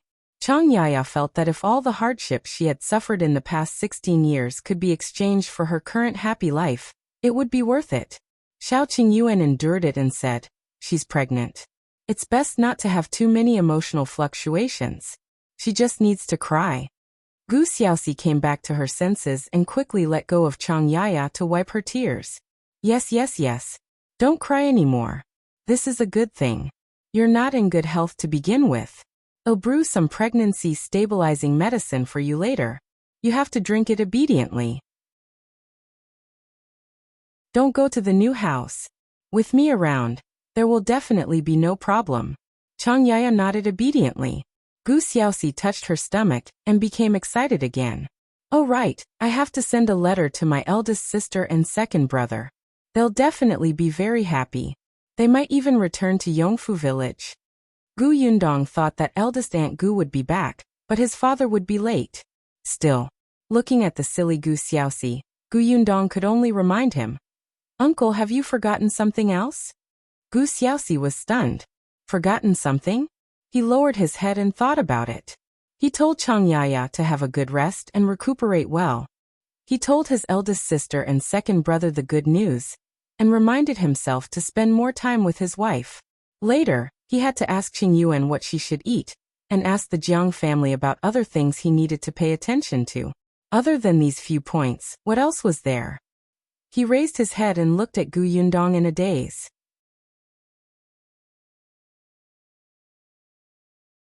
Chapter 1172. Celebration. Gu Yundong sniggered in her heart. So you're stupid now that your wife is pregnant? She sighed and said, "It's your wedding." Gu Xiaoxi and Chang Yaya were stunned at the same time, and the smiles on their faces instantly disappeared. Wedding? Yes. Wedding. Since Chang Yaya was pregnant, she could not wait until the end of August to hold the banquet. Although they had already signed the marriage contract and were officially husband and wife, in the eyes of others, the marriage contract did not count at all. They had to hold the wedding banquet before they could be considered married. If she waited until the end of August and Chang Yaya's belly became big, who knew how much gossip she would suffer? It would not be a big problem if they were to hold a banquet now and wait for the child to be born. Gu Xiaoxi couldn't care less anymore and hurriedly nodded. Then let's hold the wedding first. Independent Illinois, choose a good day this month. As he spoke, he stood up and squatted back down halfway. But I haven't prepared anything. The wedding dress is still. He looked like he was at a loss. Chang Yaya grabbed his hand and smiled gently. It's okay. We don't know many people here to begin with. We can just set up 2 or 3 tables. There's still time for the wedding dress.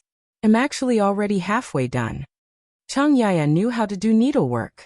Although she was not as good as Shen Sitian, she had made the wedding dress herself. From the first day she decided to set up the wine, she had already started sewing happily. Gu Xiaoxi nodded repeatedly. He would agree to anything she said. Gu Yundong saw that they were discussing, so there was not much of a problem. Next, it was time to decide on the date of their wedding. It was not far away. Half a month later. Gu Yundong wrote a letter and asked Chen Jinbao and the others to bring it to the prefectural city for eldest aunt and her parents. As expected, the next day, Gu Dafeng carried her luggage and rushed back with the delivery team. It wouldn't be too late for Gu Dajiang to come back a few days before their wedding. As soon as Gu Dafeng arrived, she instructed Gu Xiaoxi, "Get Shao Gao and the rest to build your room first. This house is already more than halfway up. In the next half a month, they'll specially build your room. You'll definitely be able to live there before you get married." The wedding had to be held in their own house. If it was in the Gu family, it would be terrible. Originally, Gu Xiaoxi and Gu Dafeng's houses were built together. Both families were already halfway up. In this day and age, there was no such thing as formaldehyde. After drying it for 2 days, one could live there. It was already May and June, and the sun was already very strong. It was not a big problem. However, Chang Yaya was pregnant, so it was naturally better for her to stay in the Gu family. They would only stay in their new house for a while on the day of the wedding. Gu Xiaoxi immediately agreed. He turned around and started building the house with Shao Gao. With more than 10 people working together, and because the house was not very big, the beam would be installed in a few days. After 2 days of drying, it was time to decorate the new house. It just so happened that Chang Yaya's health had improved a little, so she planned to go to the county city with Gu Yundong to buy things. After all, she was getting married. There were some things that she needed to take a look at herself. Gu Yundong brought her and Gu Dafeng to the county city. She and Chang Yaya did not know much and many things were handled by Gu Dafeng. It was just that when she bought stuff, she would ask for their opinions and see which one they liked. After walking around for half a circle, Gu Yundong was worried that Chang Yaya would be tired, so she wanted to find a tea house to rest. Unexpectedly, just as she got Gu Dafeng and Chang Yaya into the carriage, she saw a familiar figure from the corner of her eye.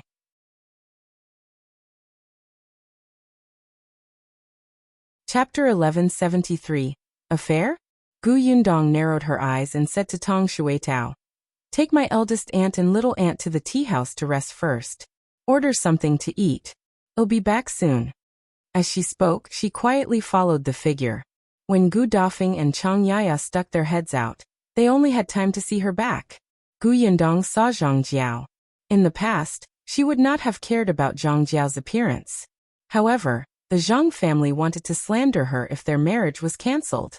She felt disgusted, so she decided to let her and Lu Wei break off the engagement as soon as possible. Gu Yundong didn't know where Zhang Jiao was going. She didn't even bring a maid with her. Gu Yundong raised her eyebrows. If she did something shameful, Lu Wei might have evidence to break off the engagement with the Lu family. She was a little excited just thinking about it. Gu Yundong followed Zhang Jiao silently, her heart pounding. Zhang Jiao did not notice anything amiss. She was very calm except for the fact that she did not have a maidservant with her. Not long after, Zhang Jiao stopped and walked into a restaurant. Gu Yundong looked up. Wasn't this Jinxiu restaurant? As soon as Zhang Jiao entered, Gu Yundong followed. The manager of the restaurant was especially familiar with her. When he saw her coming, he immediately wanted to greet her. Gu Yundong raised her hand and pressed it gently. The shopkeeper immediately understood and asked in a low voice, "Miss Gu, are you here for something? Where did that lady go?" Gu Yundong looked around but did not see Zhang Jiao. She was probably not in the lobby downstairs. As expected, the shopkeeper pointed upstairs and said, "In room 2. Room 2. What a pity. It's not the wing where I could have overheard the conversation last time." Gu Yundong sighed inwardly. She looked upstairs and continued to ask the shopkeeper, "Was there someone in that room?" "Yes, young Master Zhang is also inside." Gu Yundong's expression changed slightly. "Zhang Hao was also here?" "All right, they had an affair and came to her fiancé's restaurant. Wasn't he too disrespectful? He was simply detestable." When the shopkeeper saw her unfriendly expression, he felt uneasy and asked softly, "Miss Gu, is there a problem?" Gu Yundong waved his hand. "No, I'll go up and take a look." The shopkeeper wanted to say something but hesitated. From Lady Gu's expression, tone, and actions, could it be that she wanted to eavesdrop on others again? Sigh. How could a good girl have such a fetish? He had to find an opportunity to talk to the boss and ask him to persuade Miss Gu. Otherwise, if she developed the habit of eavesdropping on others at the Jinxiu restaurant in the future, their business would be ruined. However, Gu Yundong had already gone upstairs and was standing at the staircase. She frowned as she looked at the second room. What should she do? She did not know what was going on inside. It would be great if they could hug each other and do something indecent. That way, they would be caught red-handed. Gu Yundong took 2 steps at the staircase. When she saw the waiter serve the food, she almost reached out to stop him. However, on second thought, Zhang Hao and his sister had seen her before. Even if she disguised herself as a waiter, she would be recognized immediately. If she couldn't go in, she couldn't play the recording pen. Therefore, she could only watch as the waiter pushed open the door of the room. After bringing the food in, he came out, closed the door, and went downstairs. But just now, when Gu Yundong looked into the room, she did not see anything unusual about their actions.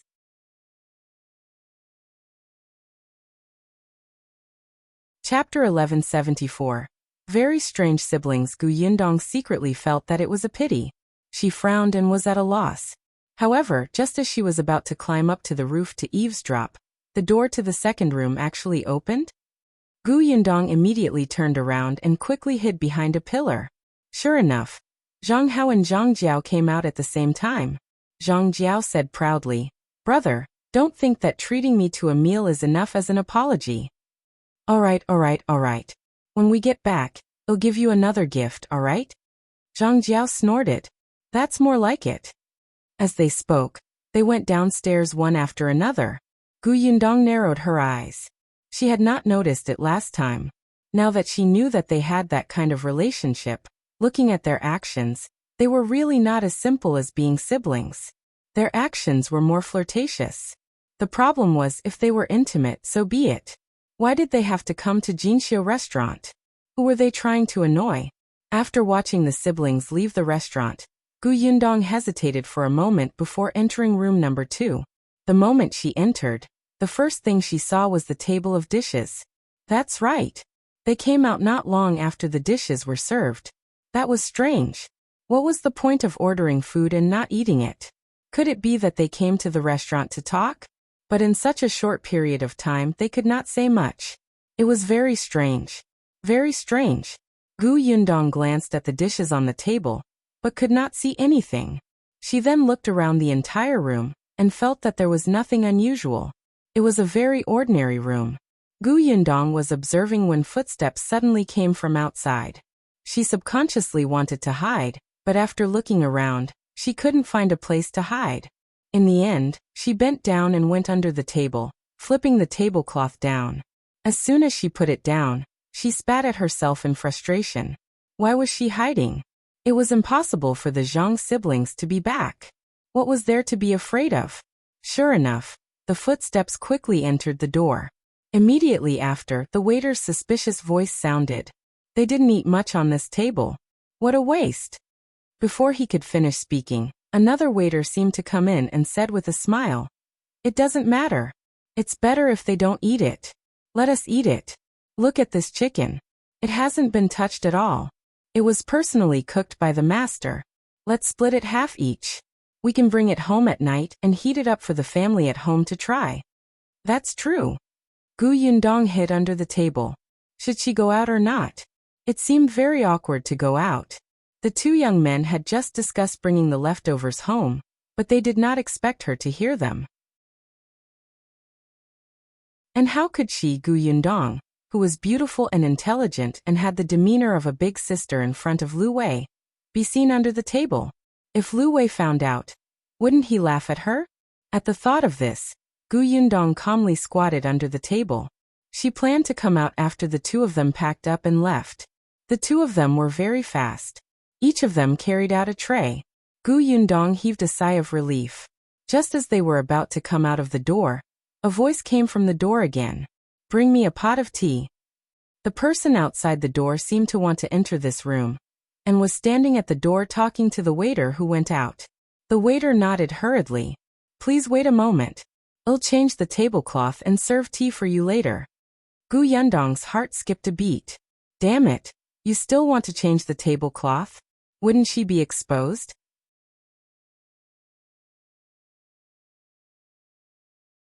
Chapter 1175. Problem. Gu Yundong was anxious. Unexpectedly, the next moment she heard the customer say, "No need to change. I'm thirsty. Hurry up and serve me a pot of tea." Gu Yundong was silent for a moment. Very good. I like this idea, but it's a little sloppy. However, why did this voice sound so familiar? Gu Yundong wanted to lift the tablecloth and look outside, but that person had already entered. He sat on the stool. Gu Yundong lowered her head and could only see his feet. The waiter outside the door left in a hurry. Not long after, he came in with a pot of tea. "Sir, your tea. What would you like to order?" That person waved his hand. "I'm waiting for someone. It won't be too late to order when my friend arrives." "All right, take your time. If you need anything, just let me know." "Okay, you can leave." The waiter left and the door closed. Only Gu Yundong and the customer were left in the huge room. Gu Yundong's legs were a little numb from squatting. She wanted to move but did not dare to. However, her mind was racing. Who was this person? The voice was really familiar. She must have heard it before. Before she could figure it out, this person suddenly put down his teacup, stood up, and walked to the side. Gu Yundong immediately held her breath. That person seemed to have walked to the door and was leaning against it to listen to the commotion outside. Then he gently locked the door. With a click, Gu Yundong suddenly tensed up. What was this person trying to do? Just as she was thinking this, she saw that person walk to the table again. After drinking a glass of water, he turned around again. Gu Yundong could only see his feet and determine if his back was facing her. Soon, the pair of feet walked to the wall. From the direction of the shoes, the man was facing away from him. She didn't know what he was doing, but he started rustling against the wall. Gu Yundong endured it, and finally lifted the tablecloth gently to look at that person. Gu Yundong only saw a back view, but she did not recognize who it was. However, she saw this person's actions clearly. He actually flipped over a calligraphy painting hanging on the wall and gently scraped it with a dagger. Gu Yundong narrowed her eyes. Was there something wrong with that calligraphy painting? However, right after that, she saw a slender piece of paper fall to the ground lightly. That person bent down. Gu Yundong was shocked. She quickly flipped the tablecloth over and quickly took out a mask from her space to cover herself. She stared at the tablecloth warily. Fortunately, that person did not notice her movements. He quickly picked up the note on the ground and walked to the table to read it. Gu Yundong did not dare to move. She only pricked up her ears to listen for movement. Unfortunately, nothing happened. After drinking the last cup of tea, that person stood up and opened the door of the room. The waiter quickly came over. "Customer, do you want to order?" "No need. Looks like my friend won't be coming." "Erase the money for the tea." That person threw a small piece of silver to the waiter and left in a hurry. The waiter scratched his head and could only come in to clean up the table. Unexpectedly, just as he picked up the teapot, a figure suddenly rolled out from under the table. The waiter was shocked and almost screamed. Gu Yundong quickly jumped up and covered his mouth. Miss Gu?" The waiter was shocked. "Why are you here? When did you hide under the table?"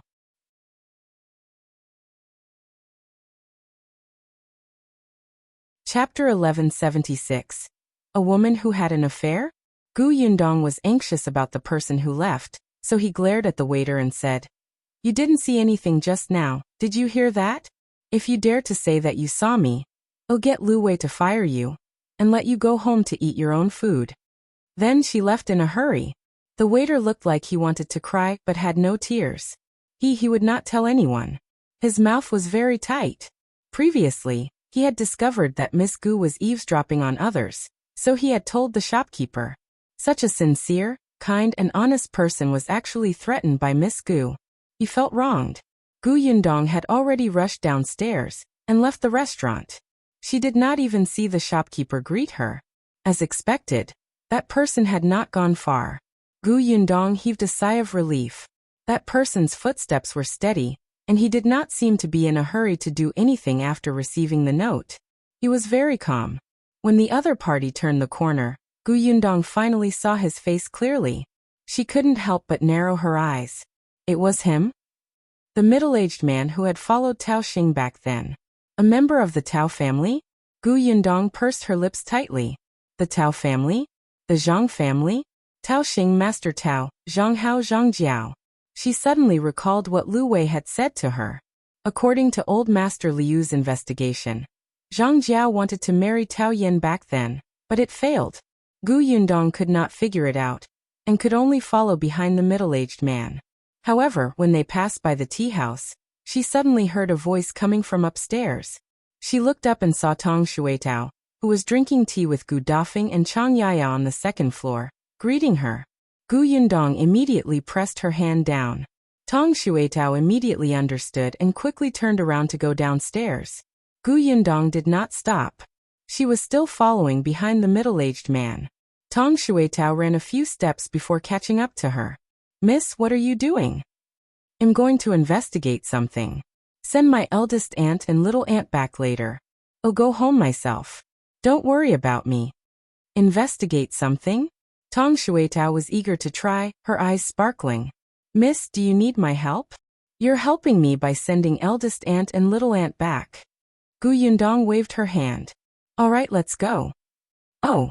Although Tong Shuitao was a little disappointed, she still obediently turned around and returned to the tea house. However, before she left, she still glanced at the middle-aged man who was being followed by her Mississippi. At that moment, the middle-aged man entered a shop. Gu Yundong looked up at the shop sign. It was a grocery store. The middle-aged man only bought a paper bag and a pot of wine before coming out. He did not waste any time and quickly walked forward. Gu Yundong followed him for a short distance before entering an alley. She watched as the middle-aged man knocked on one of the courtyards. The courtyard door opened and a woman came out. When the woman saw the middle-aged man, she was stunned for a moment. Gu Yundong didn't know what the middle-aged man had said, but the woman's expression changed slightly. She immediately pulled him in with a smile, as if she was a woman waiting for her husband to return home. It was as if she was a woman who had an affair with someone. But Gu Yundong could clearly see that the moment the woman opened the door, the expression on her face was a little unfamiliar. Perhaps she didn't know the middle-aged man. It was only after the middle-aged man said something that she instantly changed her attitude. Gu Yundong looked up at the courtyard wall. It was a pity that she probably could not climb over it.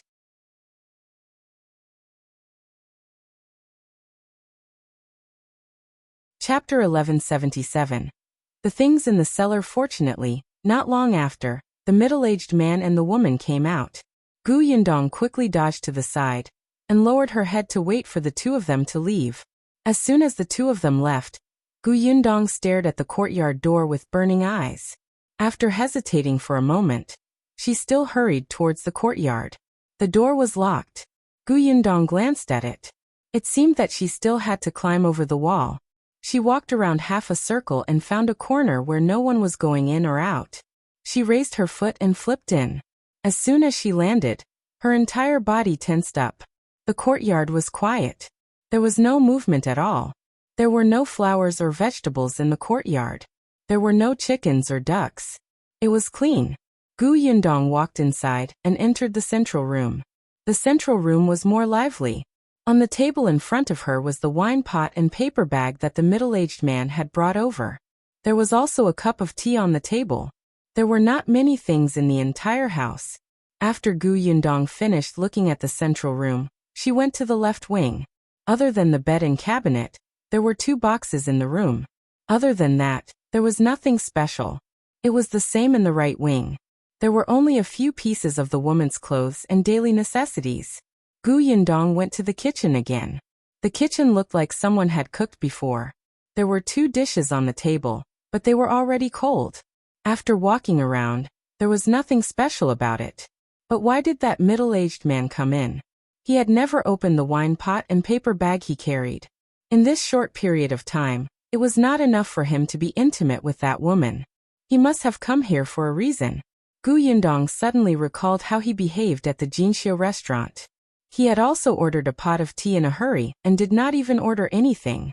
In the end, he only wanted to enter the second room to get the note. He left after getting it. It should be the same here. He came in for such a short time and left, probably to get something. Gu Yundong's gaze wandered around the kitchen again, and finally landed on the cupboard. She opened the cupboard. It was just a few sets of cutlery. However, just as she was about to close the cupboard, she suddenly realized that there was a partition on the ground beside the cupboard. This is a cellar? Gu Yundong's eyes lit up. She squatted down and opened the cellar door. She looked inside and after confirming that there was no danger, she went down. She widened her eyes in shock. This cellar was very big, even bigger than the 2 rooms above combined. At this moment, the cellar was filled with many things. Gu Yundong hurried forward and untied one of the bags. Rice. She walked to the side and untied another bag. Flour.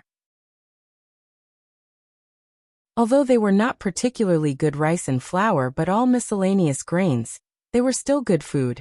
It was quite a lot. Gu Yundong pursed his lips and looked at the dozen big boxes beside her. She opened one of them and suddenly gasped. Silver. There was rice, flour, and silver, but they had to be placed in the cellar. Moreover, it was so mysterious and sneaky. It would be strange if there were no plots. Especially since the Tao family was involved, things might get out of hand. Gu Yundong quickly closed the boxes and tied the bags of grains again. Then, she left and walked towards the exit of the cellar. Unexpectedly, just as she reached the top of the stairs, she heard footsteps outside. They were very close and were directly at the kitchen door. Gu Yundong's expression changed drastically. It was impossible to leave this place now.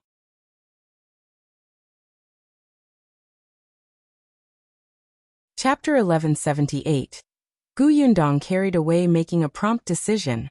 Gu Yundong returned to the cellar and closed the door. She walked to a large box near the wall, opened it, and put all the silver inside into her spatial storage. Then she crawled in. As soon as the box was closed, the cellar door was pulled open. Then footsteps could be heard. Gu Yundong secretly left a small gap to see who was outside. Unfortunately, this position was not good. It was just a crack and things could not be seen at all. Fortunately, she could hear voices. There should be 2 people.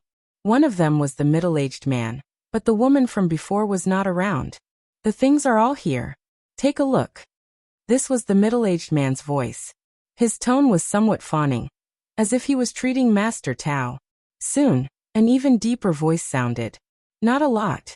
This voice did not belong to Master Tao. The middle-aged man explained, recently, due to the cowpox vaccination, the county has been especially strict. It's already not bad to be able to get these. Don't worry, we'll continue to prepare. Yeah. Seeing that he didn't say anything else, the middle-aged man heaved a sigh of relief. When will you move them away? Right now. Some of them first. The man said as he untied the cloth bag and began to examine it. Gu Yundong's heart tightened when she saw him approaching.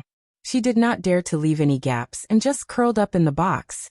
However, the word she heard before the box was closed made her a little worried.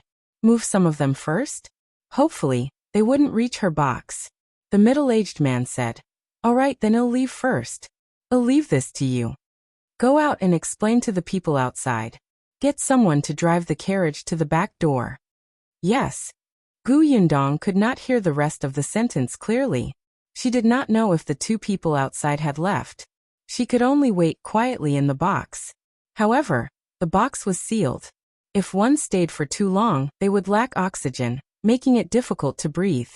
If this continued, she might not be able to hold it in anymore and open the box. Gu Yundong frowned. She closed her eyes and started rummaging in her space. After searching for a while, she saw the oxygen bags in the corner. She was instantly delighted and secretly heaved a sigh of relief. Previously, when she was hoarding medicine in her space, she would throw everything into her space. There were many portable oxygen tanks and bags used to deal with high-altitude reactions. They were finally useful now. Gu Yundong heaved a sigh of relief and tied the oxygen bag. Soon there was a huge commotion outside. It seemed that several people had come. Gu Yundong frowned. Someone was helping them? It seemed like they were really preparing to transport these things out. She thought for a moment and took out a portion of the silver she had stored in the space. It wouldn't be good if they moved to this box and realized that it was too light and became suspicious. However, what she was afraid of came true. Gu Yundong quickly realized that the 2 boxes in front of her had been moved away. Immediately after, someone picked up the big box she was in. Gu Yundong wanted to cry. It was really an unlucky day. She had to be on tenterhooks wherever she went. The feeling under her body suddenly lightened. She knew that the box she was in had been moved out. Gu Yundong did not dare to move, afraid that someone would accidentally drop the box. She felt movement up the stairs. They must have left the cellar. Then they walked forward unsteadily. In the end, the 2 of them lifted the box and carried it to the carriage.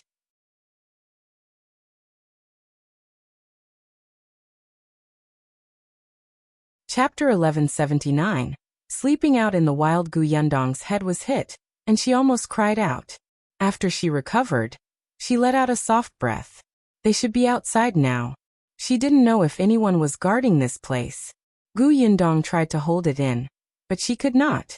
She quietly pushed up the box, revealing a crack to look outside. To her relief, the box was placed in the carriage, and there was no one in the carriage. Gu Yundong heaved a sigh of relief and opened the lid even more. Then, she heard voices coming from outside the carriage. How many more are there? Gu Yundong was shocked and almost closed the lid again. This was the voice that had spoken to the middle-aged man just now. She finally understood that if she didn't want to expose herself, she couldn't go out at this time. However, she did not know where these things were transported to. What if? Gu Yundong struggled internally for a moment. In the end, she decided not to alert the enemy. She took out a packet of medicinal powder from her space. This medicinal powder was developed by Shao Qingyuan and had the effect of calming the mind and increasing the fragrance. The fragrance was mild, but it was enough for Big Black to keep track of. Gu Yundong pushed the lid open a little and listened. The voice was on the left. She opened the medicine bag and scattered the powder out of the window on the right. After emptying a bag, she scattered some in the corner of the carriage. Just as she retracted her hand, she heard the person outside say, "Why is there a fragrance?" Gu Yundong's heart skipped a beat. Damn it! Why don't you get rhinitis? How can you smell it when it's so faint? Fortunately, another voice quickly sounded. This bag is filled with medicinal herbs. It should be emitted from here. Okay. That person nodded and did not say anything else. Gu Yundong heaved a sigh of relief. She closed the box and retied the oxygen bag. Medicinal herbs. She didn't have the time to see them. Soon, she felt the carriage move, as if it had already begun its journey.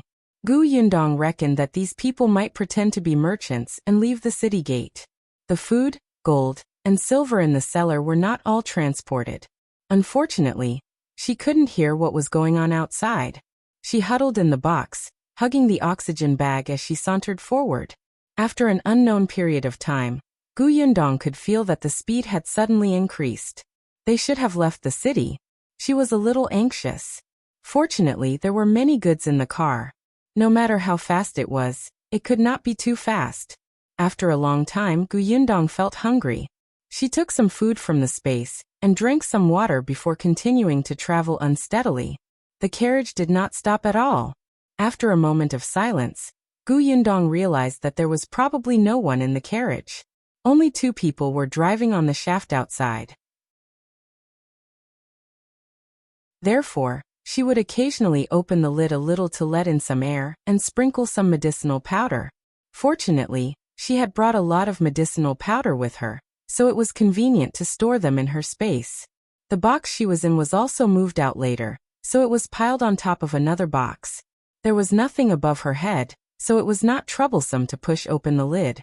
She just couldn't stretch her body, and her back hurt terribly. Gradually, the sky began to darken. Gu Yundong frowned. Why didn't the carriage stop? Just as she thought this, the carriage suddenly stopped. Gu Yundong quickly closed the box again, leaving a small gap. She vaguely heard someone outside say, "Eat something first. Well, sleep here overnight." Everyone be vigilant. Gu Yundong's face lit up. It was good to sleep in the open.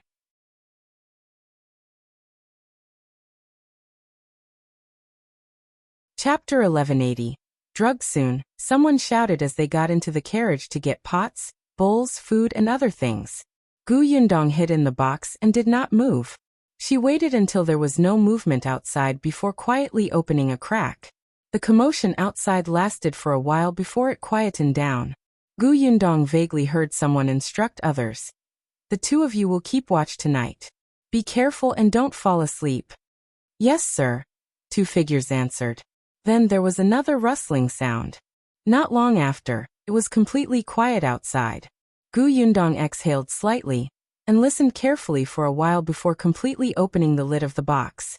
He quietly lifted a corner of the carriage curtain and looked outside. The light on the left was a little bright. Gu Yundong looked at a fire not far away. These people were all men and were not particular.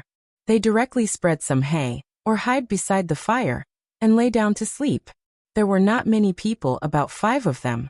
At this moment, their snores were already deafening, and they were sleeping very soundly. There were 2 other people not far away. They should be on night watch tonight. What Gu Yundong found troublesome was that the 2 of them had been walking around the carriages. At this moment, she also saw clearly that other than the carriage she was in now, there was another carriage. The rest were 3 carts with food and medicinal herbs. She let go and turned her head to the window to her right. This side was much darker. Not far away, it seemed to be a forest. The branches were indistinct under the wind, and it was a little scary. After checking the environment, Gu Yundong looked away and frowned in thought. If she wanted to go out, she had to at least defeat these 2 people. Even if she couldn't put down 2 of them, she had to deal with one. But how could she do this without arousing their suspicion? Gu Yundong stayed in the carriage for a long time but could not figure it out. Just as she was about to fall asleep, a voice suddenly came from outside. I'm a little hungry. There's still some dried meat in the car. I'll bring it down. Let's eat together? That dried meat is very fishy. I don't like it. Go get it yourself. Gu Yundong instantly perked up. Her eyes darted around and finally landed on the pile of food in the carriage. Most of the food they ate was placed on this carriage. They had taken a portion previously, and some were still placed here. She quickly saw the dried meat. She immediately took out the laxative from her space and sprinkled it on it. Then, she quickly curled up and closed the lid. As soon as the lid was closed, the curtain of the carriage was opened. A man took 2 large pieces of dried meat and went out again. Fortunately, it was dark. The man did not notice that the dried meat had been sprinkled with powder. He picked it up and ate it in big mouthfuls. Gu Yundong heaved a sigh of relief, revealing a slit. She could vaguely hear the voices of the people outside. Are you really not eating it? This thing is not easy to get. It's already dried meat and doesn't have any taste. Eat your food. A look around. Gu Yundong waited quietly. Sure enough, not long after, that person suddenly grunted and pulled the other person over. My stomach hurts. I'll go over there to take care of it. You watch over here first. Did you eat something bad? Probably. Oh my, I can't take it anymore. I'll go into the forest first. That person ran away quickly. The other person shook his head and placed the dried mutton back into the carriage to continue his night duty. Source: Com. Updated by Novlove. Com. If you find any errors, ads pop up, ads redirect, broken links, non-standard content, etc., please let us know. Report so we can fix it as soon as possible.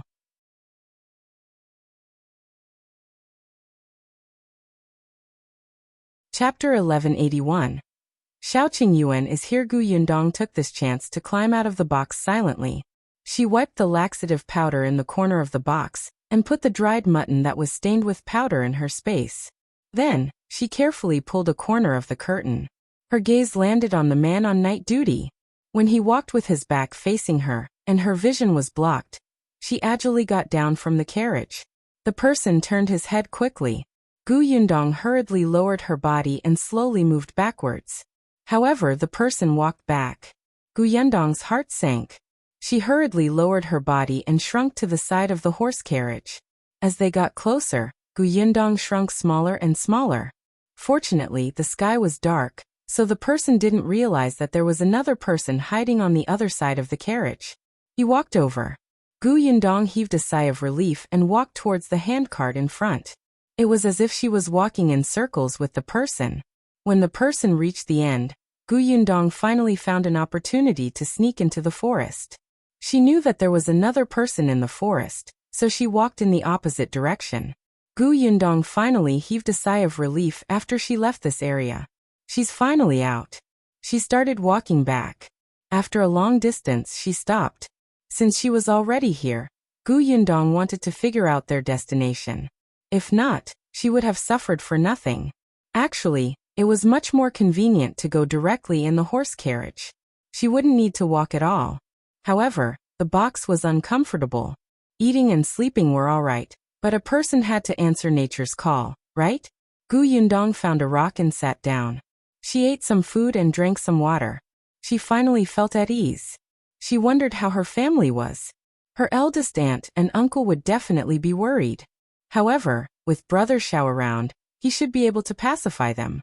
However, she didn't know that Shao Qingyuan was riding his horse over hurriedly. In front of the horse, Big Black was rubbing its nose and trotting forward.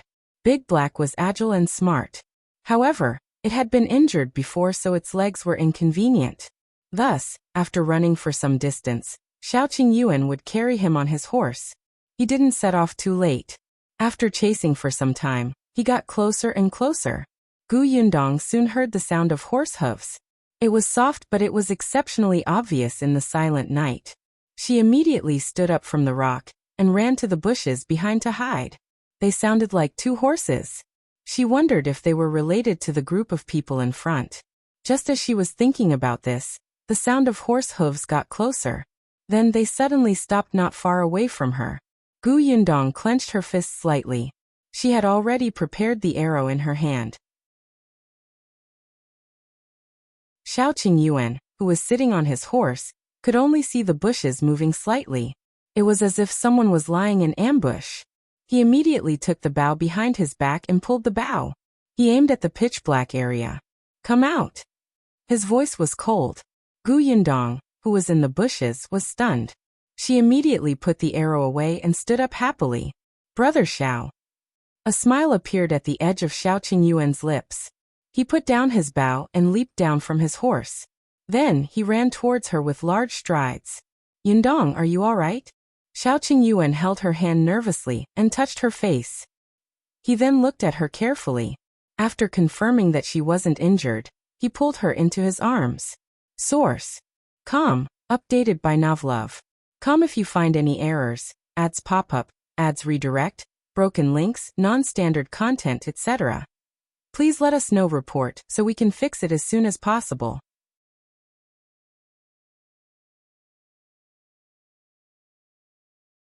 Chapter 1182. Block his mouth. Gu Yundong stretched out her hand and hugged his waist tightly. I'm fine. I'm fine. Shao Qingyuan's anxious heart finally calmed down when he saw her.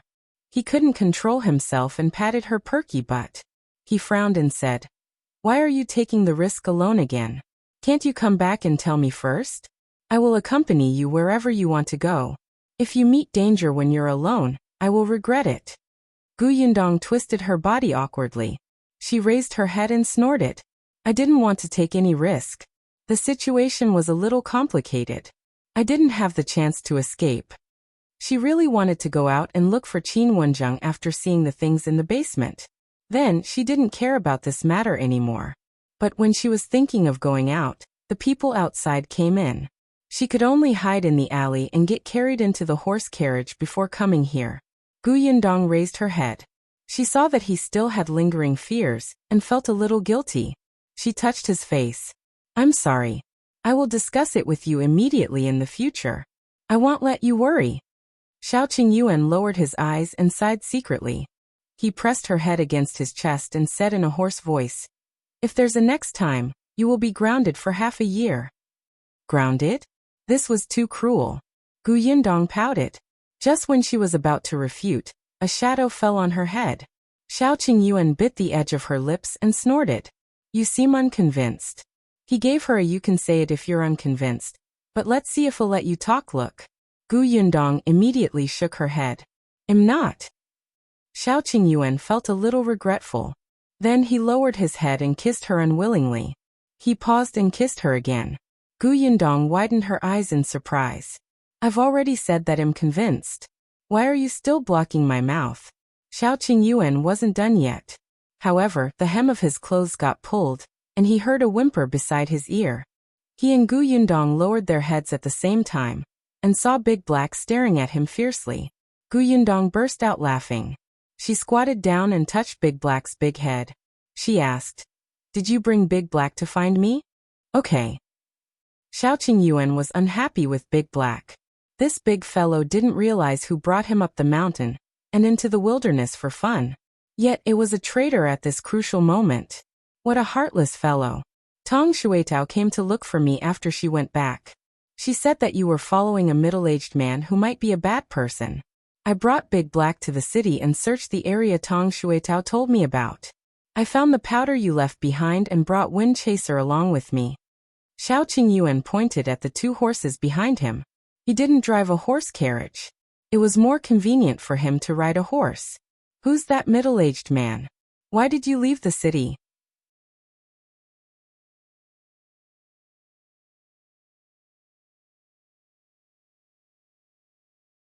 Chapter 1183.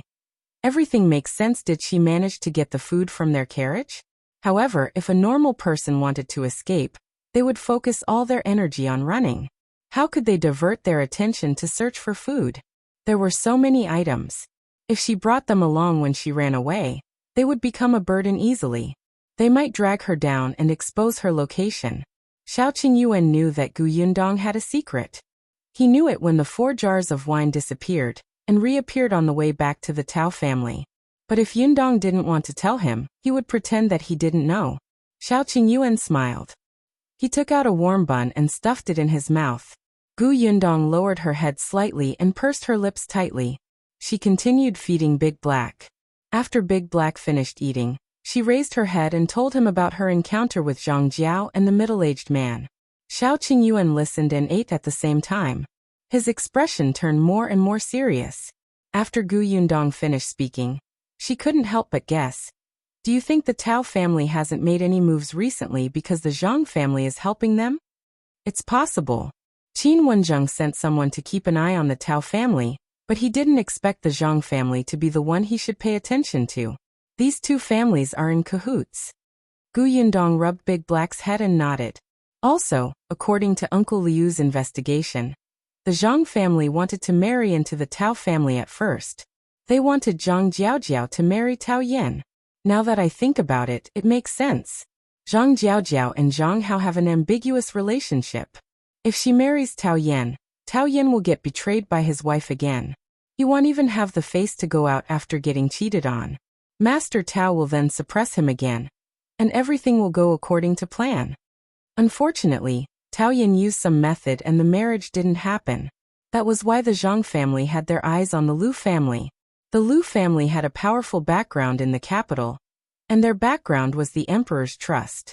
If the Tao family was behind all this, it made sense. Everything made sense.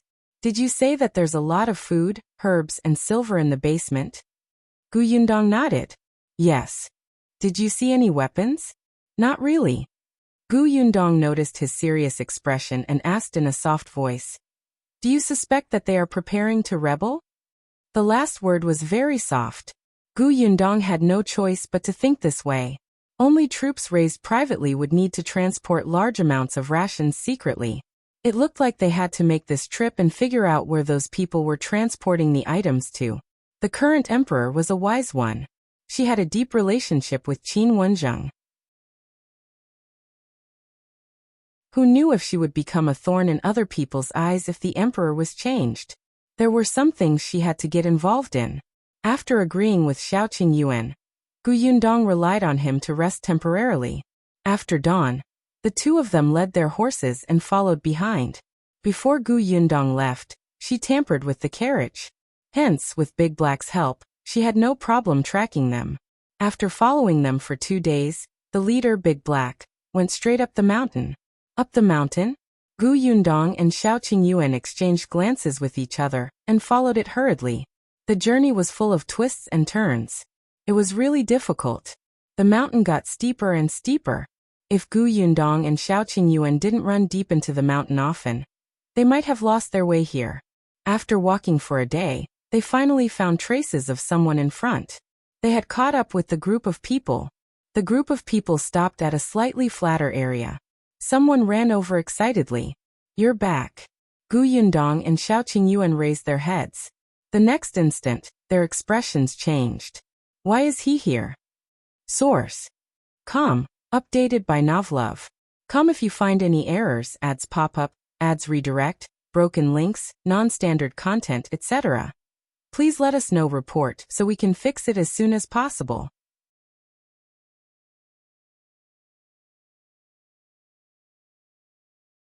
Chapter 1184. Do you still want to go home? Qinshu. This person was Qinshu. Shouldn't he be living a good life in that paradise in Qingyuan village? Why is he here? What's more, he's hanging out with these people. Gu Yundong furrowed her brows furiously. In her impression, Qinshu was still the warm and hospitable young man who took out all the food he had to welcome them when they came out of the mountains. She gave him money, but he didn't accept it. In the end, he used it to buy food and cloth to distribute to the uncles and aunties in the village. Why was this young man, who had never been to the county city and was already excited when he brought them to town, here? Shao Qingyuan held her hand gently and said in a low voice, "Let's wait and see." Gu Yundong nodded. She pursed her lips and looked at the young man. Qinshu was helping to move the items. As he moved the items, he asked, "Brother Sun, why did you buy so much food this time? We still have a lot here. It's enough to eat." Brother Sun was the leader who brought the cargo back. He glanced at the young man expressionlessly. "Do you work if I ask you to? Why are you talking so much?" The young man retracted his smile and shrunk his neck. "Oh." Then he went to carry the food obediently. Gu Yundong and Shao Qingyuan exchanged glances with each other.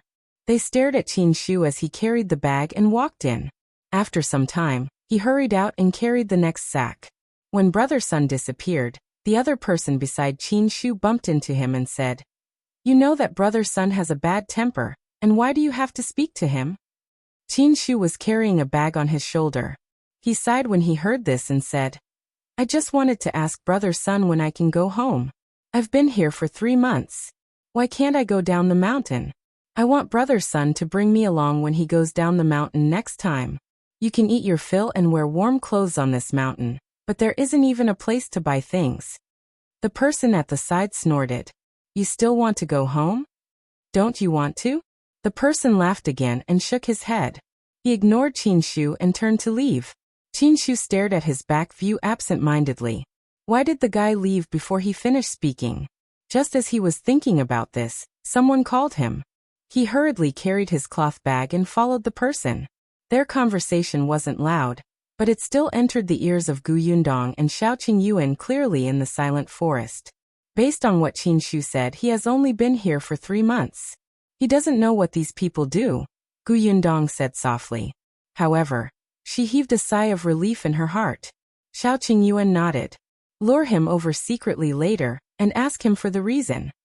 The two of them waited quietly. The things in the carts were all moved in. Brother Sun ordered 2 people to pull the carriages down the mountain, and went in himself. Qinshu was the last to come out. He seemed to be guarding the forest here.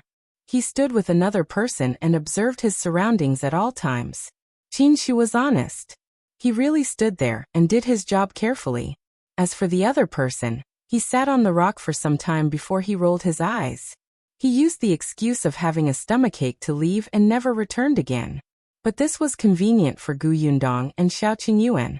Shao Qingyuan squatted down and found a small rock. He shook it and threw it on Qinshu's back. Who? Source: Com. Updated by Novlove. Com. If you find any errors, ads pop up, ads redirect, broken links, non-standard content, etc., please let us know. Report so we can fix it as soon as possible.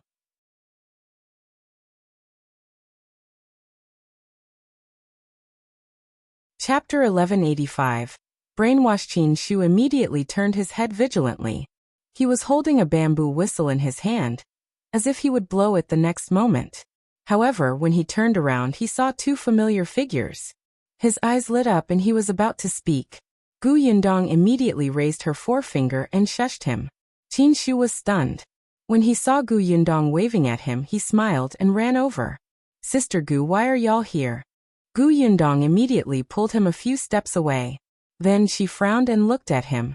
"I also want to ask you, why didn't you stay in Qingyuan village? Why did you come to the mountains?" Qingyuan scratched his head and sighed. "I want to see the world and see what it's like outside. Sister Gu told me many things in the past, and I want to see it with my own eyes. That's why I came out. I want to find a job and earn money myself. After I earn a lot of money in the future, I will go back and build a road leading to Qingyuan village. That way, it will be easier for the village head and the others to come out." Gu Yundong choked. If she knew this was going to happen, she wouldn't have said so much to him. Look, she managed to lure him out. Although Qingyuan's intention was good, he had been protected too well in Qingyuan village. He was already 14 years old, but he was still young. He didn't know that there were so many bad people outside, and there was no one protecting him. "Does your village head know that you came out?" Qingyuan shrunk his neck. Gu Yundong immediately understood. As expected, if village chief Qin knew about this, he wouldn't feel at ease letting him travel alone. He might be scolding her in his heart. "Then why are you here?" Qingyuan hurriedly said. "I met brother's son in the neighboring county city. He was busy moving the goods, so I went to help him. I even asked him if he needed manpower. I wanted to find a job. I didn't need a lot of salary as long as I'm provided with food and lodging. A little money is enough. Brother's son promised me when he saw how hardworking I am." Gu Yundong and Shao Qingyuan felt the corners of their lips twitching. "Move the goods? Look at how hardworking you are. Did brother's son take you away because he was worried that you would spout nonsense after seeing what happened between them? Did he plan to silence you?" In the end, he realized that this fellow was naive and easy to fool, so he decided to let him be a coolie in the mountain. As expected, Qingyuan continued. "Unfortunately, brother's son brought me up the mountain. They said that there's a lack of manpower here. The boss goods are on the mountain, so we need to help him with his business. He's worried that someone will steal his goods, so they need young people like us. The people in the mountain are not bad. They are very hardworking. They even said that we are a family and will help each other in the future. When I become successful, I can go back to the village and bring my uncle and auntie over. The salary here is high. I received 3 taels of silver the first month. However, I haven't got my salary for last month. I will have to wait for half a year before the money is given to me." Gu Yundong. Damn, isn't this pyramid scheme brainwashing? Did they know that Qingyuan was easy to fool because he didn't know the market price? This stupid young man. Gu Yundong couldn't help but hit him hard. What should I say? You didn't know that you got tricked, but you still think that he's a good person? Qingyuan was stunned. I got tricked? How is that possible? They gave me my salary. It's just a few taels of salary. You worked for him for 3 months for nothing. Gu Yundong couldn't help but feel fortunate. If they didn't come, Qingyuan might continue to be fooled. If this bunch of people were really plotting a rebellion, Qingyuan, who would become their partner in the future, would only have one ending. Source: com, updated by Novlove. Com if you find any errors, ads pop up, ads redirect, broken links, non-standard content, etc. Please let us know report so we can fix it as soon as possible.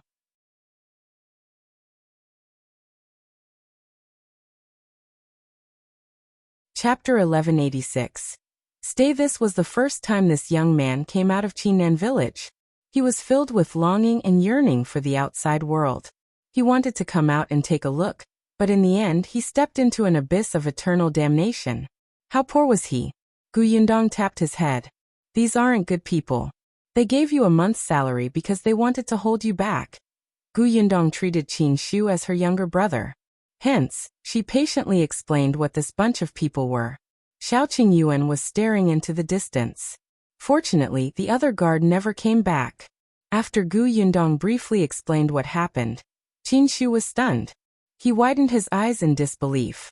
His legs started to turn weak. Sister Gu, are you saying that these people there are good people and bad people outside? You shouldn't have come here alone. Humans are unpredictable. A person who treats you well one moment might stab you in the back the next. Gu Yundong sighed. It's my fault. I shouldn't have told you about the beautiful things outside. Qin Shu shook his head. No, it's not Sister Gu's fault. I'm too eager to come out and take a look. His father died a long time ago and his mother remarried and left Qingyuan village. He wanted to know how good the outside world was for his mother to abandon him and run out to marry someone else. All right, before they discover you, it'll bring you away.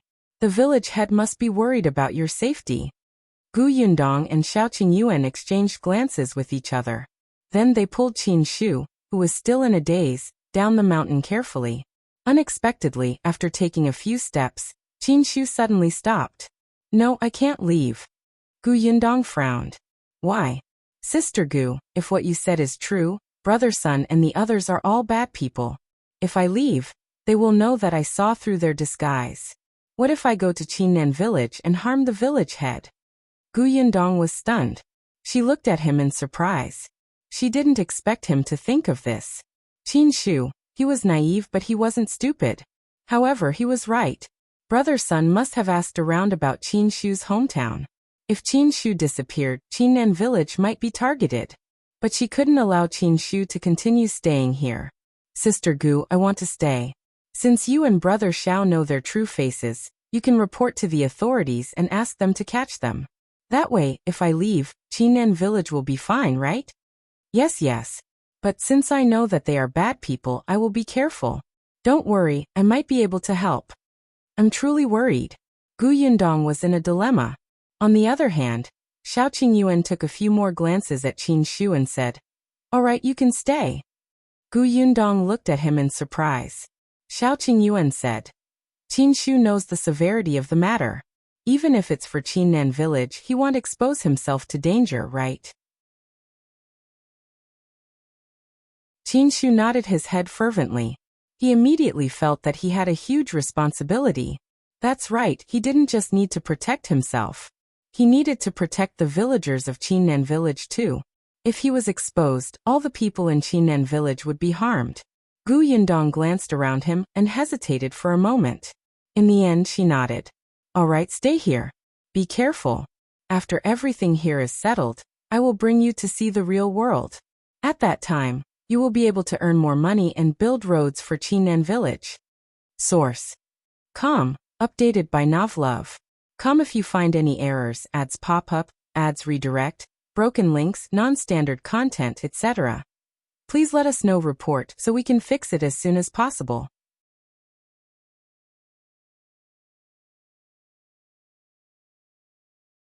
Chapter 1187. Uncle is getting married. Qin Shu smiled widely. All right, it's decided then. It's a deal. Gu Yundong nodded. After a pause, she told Qin Shu some things and even gave him some stuff. Of course, she also asked Qin Shu about the situations inside. Although Qin Shu was an outermost guard, he knew quite a lot. Most importantly, it was because he seemed naive and sincere. He loved to ask others about the outside world. Other people would want to boast when they saw him asking for knowledge like an ignorant country bumpkin. It was easy for them to expose themselves when they boasted. Qin Shu was young, so he had a good memory. Thus, he told Gu Yundong everything he knew. Gu Yundong and Shao Qingyuan really received a lot of useful information. Before she left, she told Qin Shu, Continue to use this attitude. Pretend that you haven't seen us today. We will contact you again. Remember, nothing is more important than staying alive. If necessary, you can betray us. Qin Shu widened his eyes in shock. How can I do that? I don't want to. Shao Qingyuan said, You don't know much anyway. Qin Shu. Gu Yundong laughed. You don't have to tell the whole truth. You can fool them by telling them part of the truth. I understand. Gu Yundong was worried about him, so she reminded him a few more times. However, it was getting late, so she had to leave. Qin Shu looked at their backs from afar. The corners of his lips were tightly pressed together. He only went back to his original spot to resume his job unwillingly after they disappeared. However, he was still satisfied when he saw Sister Gu and Brother Shao today. He couldn't repay Sister Gu for giving them so much food and cloth. This time, he would definitely be able to do it. Gu Yundong and Shao Qingyuan didn't waste any time after they went down the mountain.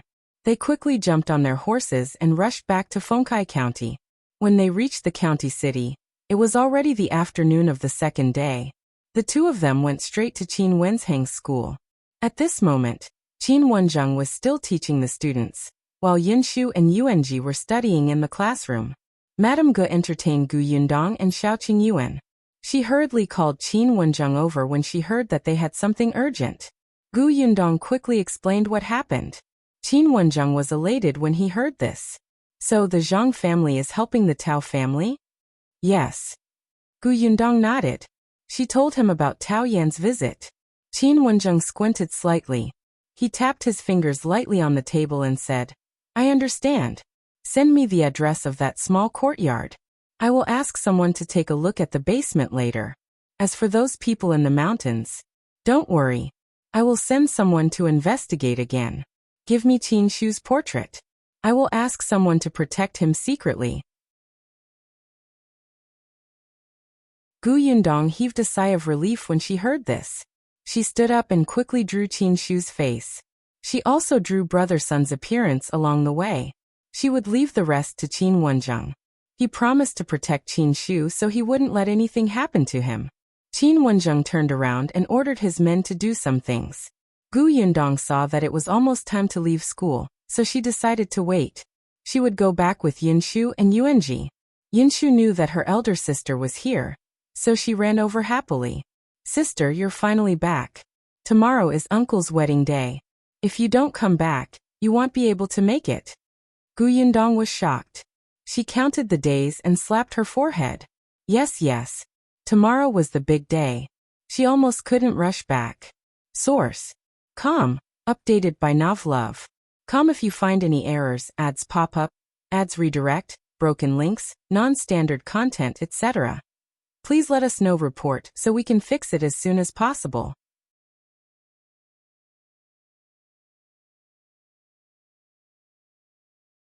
Chapter 1188. Confession. Gu Yundong and Shao Qingyuan hurriedly left the school with the two little kids. They went to Dongyi Academy to fetch the Niudan brothers before rushing back to Yongfu village. As expected, the moment she entered the village, she saw Gu Xiaoxi's newly built house with the word happiness pasted in red. There were also red lanterns hanging in front of the door. The entire house gave off a happy vibe. It was the same for the Gu family. Tomorrow was the big day, so there were busy people everywhere. Eldest Aunt Gu stood at the door and gave instructions. Why isn't there a red cloth covering the wine jar? Shuetao, is the red cloth with you? And that chair, who's in charge of the red cushions? Oh my memory. A euro. As she spoke, she turned around and saw Gu Yundong and the others. She was elated and ran over. Yundong, Qingyuan, are you finally back? Eldest aunt. Gu Yundong alighted the carriage. Sorry to make you worry. Of course I was worried. If Qingyuan didn't say that you were busy with business, your uncle wouldn't have the heart to get married. Eldest Aunt Gu patted her. Oh right, your father came back yesterday too. He's inside. They walked in as they spoke. As expected, Gu Dajiang was standing in the central room. He was looking at a list in his hand, but he was frowning. He raised his head abruptly when he heard the commotion. The worry in his eyes subsided a little when he saw Gu Yundong. After a pause, he said to Gu Yundong and Shao Qingyuan, "Follow me." Gu Yundong and Shao Qingyuan exchanged glances with each other and followed Gu Dajiang into the study. Tell me what happened. The moment the door closed, Gu Dajiang raised his head and looked at them with a stern expression. I asked Shuetao, and she said that you followed a middle-aged man and never came back. I went to look for Master Qin later, and he said that you were helping him on a task, and it's nothing serious. What's the matter? Gu Yundong was stunned. Gu Dajiang had just reached home yesterday afternoon. The moment he came back, he asked Tong Shuetao, and then he went to look for Qin Wenzhang again. He must be extremely anxious. However, Qin Wenzhang didn't tell them about this. He didn't know where she went either. He probably told Gu Dajiang a lie to comfort him. He must have sent someone to look for her and brother Shao. Gu Yundong felt warm in her heart. She walked to Gu Dajiang's side and held his arm. She smiled and said, "Dad, you're the best." Gu Dajiang couldn't maintain the stern expression on his face anymore. He pushed her head and said, "Tell me quickly." Gu Yundong coughed lightly. She didn't plan to hide it from Gu Dajiang. Her father was going to take the imperial exam. This was something he should know. The things he met in the future might be even more troublesome and serious. He should be mentally prepared. What's more, after these 2 years of experience, his father was no longer the ordinary villager who was suppressed by leader Gu and the others in the Gu village. Thus, she told him the entire story of the Tao and Zhang families. Gu Dajiang was stunned when he heard it. This was such a serious matter? He didn't know what to say for a long time. After some time, he finally digested all the information. He patted Gu Yundong's shoulder and said, "You did well. This kind of treasonous and rebellious person who tried to destroy the peace of our country should be eradicated as soon as possible." He paused for a moment before frowning. However, Qingyuan is right. You can't take the risk alone the next time something like this happens. Source: Com, updated by Novlove. Com if you find any errors, ads pop up, ads redirect, broken links, non-standard content, etc. Please let us know report so we can fix it as soon as possible.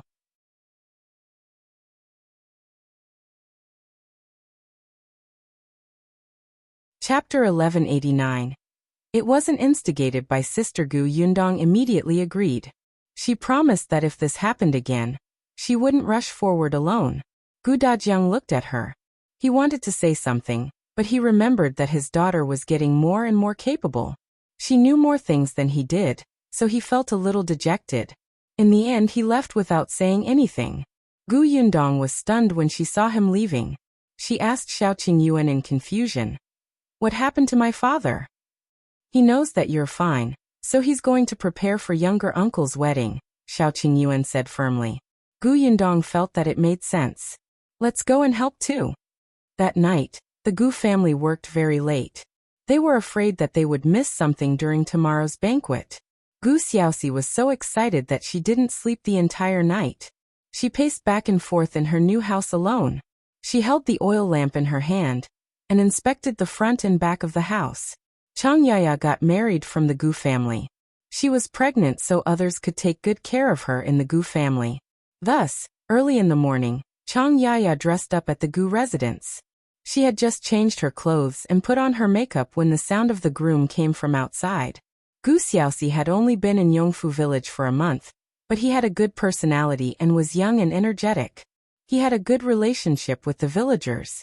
This time, not only did he bring Shao Qingyuan along, but he also brought Lu Wei, who loved to join in the fun, and the other 2 young men from the village. It was quite lively. Yinshu and the other children were blocking the door with Tong Shuetao, Shuerong, and a few others. No one knew which side they were on, but they were extremely excited.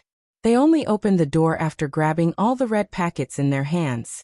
When Gu Xiaoxi came in, he pulled Yenshu's hair forcefully. "I'll settle the score with you later." Fortunately, he brought a group of people with him. In the end, the ones blocking the door were some children. No matter how good they were, it was useless. They couldn't push the door with force either. What if they hurt the children? Yinshu took the red packets happily and snorted. "I won't tell you that someone instigated this." Gu Yundong, who was standing not far away and watching the show, "Come over here. I promise I won't beat you to death." As expected, when Gu Xiaoxi heard this sentence, he shifted his gaze to her. Gu Yundong looked up at the sky. "The weather is not bad today. It's a suitable day to get married. Little uncle, you will definitely be able to live a happy life with little aunt in the future." Gu Xiaoxi pointed at her from afar. "Don't forget that you're getting married in August." Shao Qingyuan, who was standing behind him, asked, "Little uncle, are you making things difficult for me? Will you block the door for me?" That's right, he was the one fetching the bride, not his irritating niece. Lu Wei laughed loudly behind them. He hurriedly pushed Gu Xiaoxi forward and said, Let's go and fetch the bride first. Gu Xiaoxi threw everything to the back of her mind and ran to Chang Yaya's room in a hurry. Chang Yaya was wearing a red wedding gown with a red veil covering her head. No one could see what she looked like. However, her hands on her knees were clenched tightly. She was extremely nervous too. Gu Xiaoxi was already standing at the door. He stopped in his tracks instantly and scratched his head as he laughed awkwardly. The other people were elated. The matchmaker even shook her handkerchief and said happily, "The groom is shy." "I think so too." Everyone in the room laughed. He only regained his senses after Gu Dafeng pushed him. He squatted down and carried Chang Yaya on his back. Source: Com. Updated by Novlove. Com. If you find any errors, ads pop up, ads redirect, broken links, non-standard content, etc., please let us know. Report so we can fix it as soon as possible.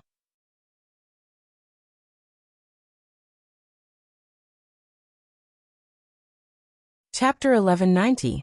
Wedding Ceremony. There was a large red sedan parked outside the Gu residence. Gu Xiaoxi had rented it. He didn't have the ability to buy it, but he still wanted to give Chang Yaya the best.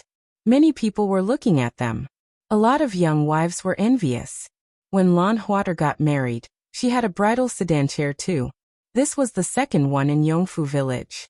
The bridal sedan was much better than an ox cart or a donkey cart. Four people lifted the bridal sedan and followed behind Gu Xiaoxi, who was riding a horse. They circled the Yongfu village and finally stopped outside his new house. Gu Dafeng had already arrived at the new house. She welcomed the guests warmly. Gu Xiaoxi didn't know many people, so he didn't invite many guests. Besides the Gu family, the Bian family, and the Shao family, there were also Dong Xiaolin's family, the village head's family, and the highly respected sixth grandfather. Finally, there were the people who helped them to build his house and their families. The courtyard was filled to the brim. There were around 5 to 6 tables. Gu Xiaoxi and Chang Yaya were already extremely satisfied. The bride was brought in. Gu Dajiang was the eldest brother and the host of this wedding. Gu Dajiang felt comforted when he saw the two of them stepping through the door. Little Six had finally grown up. He had a family of his own. The two of them stood in the central room. The male helper sang and the newlyweds started the ceremony. One bow to heaven and earth. Second bow to the parents. Third bow to each other. Their parents weren't around, so Gu Xiaoxi and Chang Yaya bowed in the direction outside the door and completed the ceremony. They were finally sent into the bridal chamber. After some time, Gu Xiaoxi was pulled out to drink with them again. Gu Yundong secretly carried the bowl of noodles into the new room. Chang Yaya's veil was lifted, and she was sitting upright with a tinge of red on her face. When she saw Gu Yundong walking in, she hurriedly stood up. "Yundong. Auntie, have a seat first." She placed the bowl and chopsticks on the table. "You're pregnant. You haven't eaten for a day, right? Uncle asked me to bring you some noodles. Eat them first." Chang Yaya nodded. She sat in front of the table and took a few bites. Then she smiled. "You brought it yourself, right? I know your uncle. Although he knows how to take care of me, he's very careless. Everything was so noisy today that he felt dizzy. He can't possibly think of sending me noodles." Gu Yundong sat opposite her and smiled. "Who says that? Uncle might be dizzy today, but he reminded me repeatedly yesterday that my mission today is to look after you and take good care of you. Isn't it my uncle's order for me to send you noodles?" Chang Yaya laughed because of her. However, she felt sweet in her heart. Now she had fallen into the lap of fortune.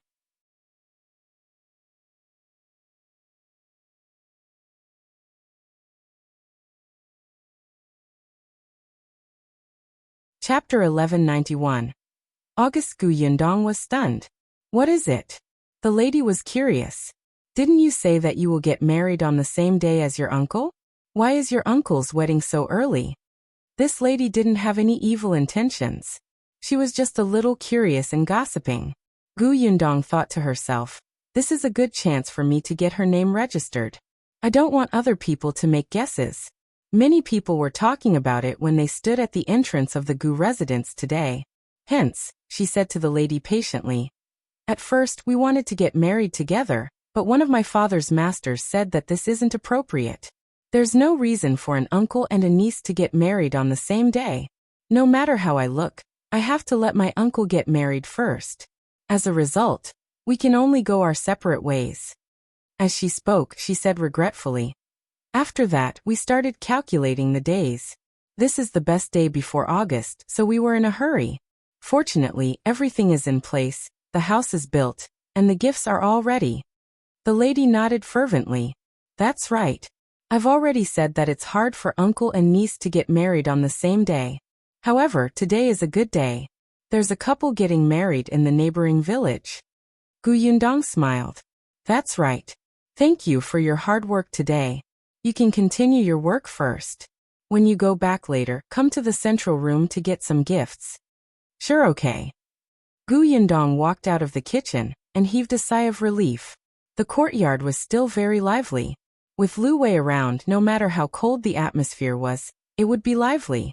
Gu Yundong couldn't bear with it anymore when she saw Gu Xiaoxi getting forced to drink. She asked Shao Qingyuan to pull Lu Wei out. Little aunt is pregnant.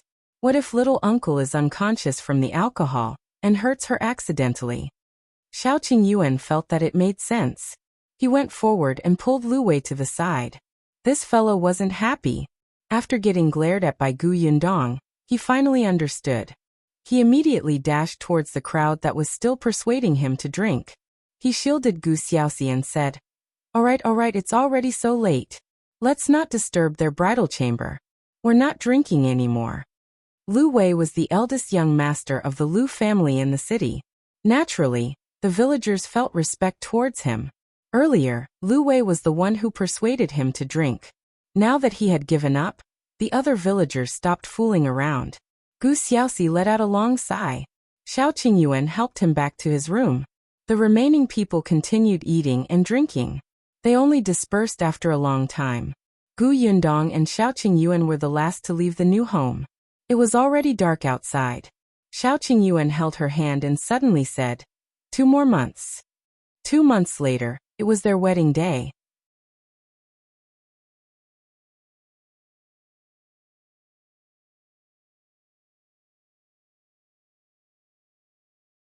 Chapter 1192.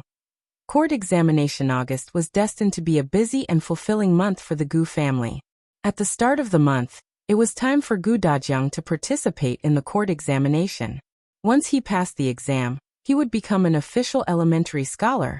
When he entered the exam venue, Gu Yundong and the others still went to the prefectural city.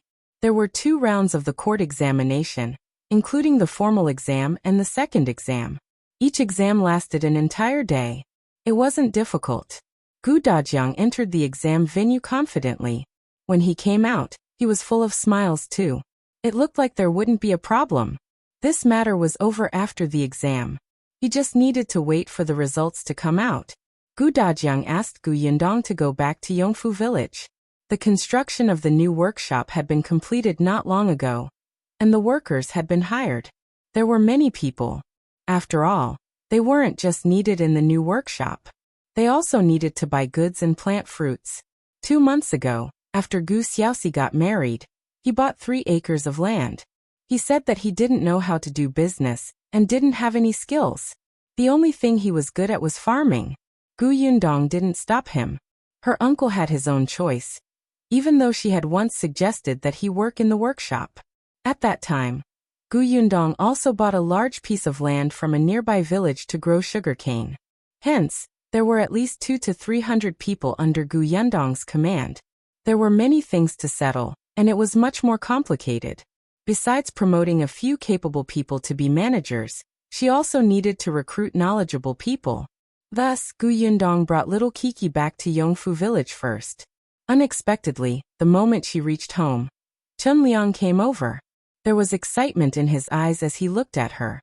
Yundong, your father has completed the court examination, right? How's his result? Did he pass? Gu Yundong was caught between laughter and tears. Uncle Chun, he just left the exam venue yesterday. His results will only be out in 5 to 6 days. How can it be so fast? Another 5 to 6 days? Chun Liang was a little disappointed. Madame Zhou, who came with him, rolled her eyes uncontrollably. I think your Uncle Chun is even more nervous than your father. He hasn't slept properly for the past 2 days. He keeps tossing and turning at night, as if he went to take the elementary scholar exam. What do you know? Under his leadership, Yongfu village was thriving. Everyone's life was getting better and better. No one lacked meat anymore. Now that he had the money, he should look for other things. Yongfu village didn't have a single elementary scholar now. Madame Zhou snorted. Why don't I understand? Think about the ranking of Gu Dajiang in the county exam and the prefecture examination.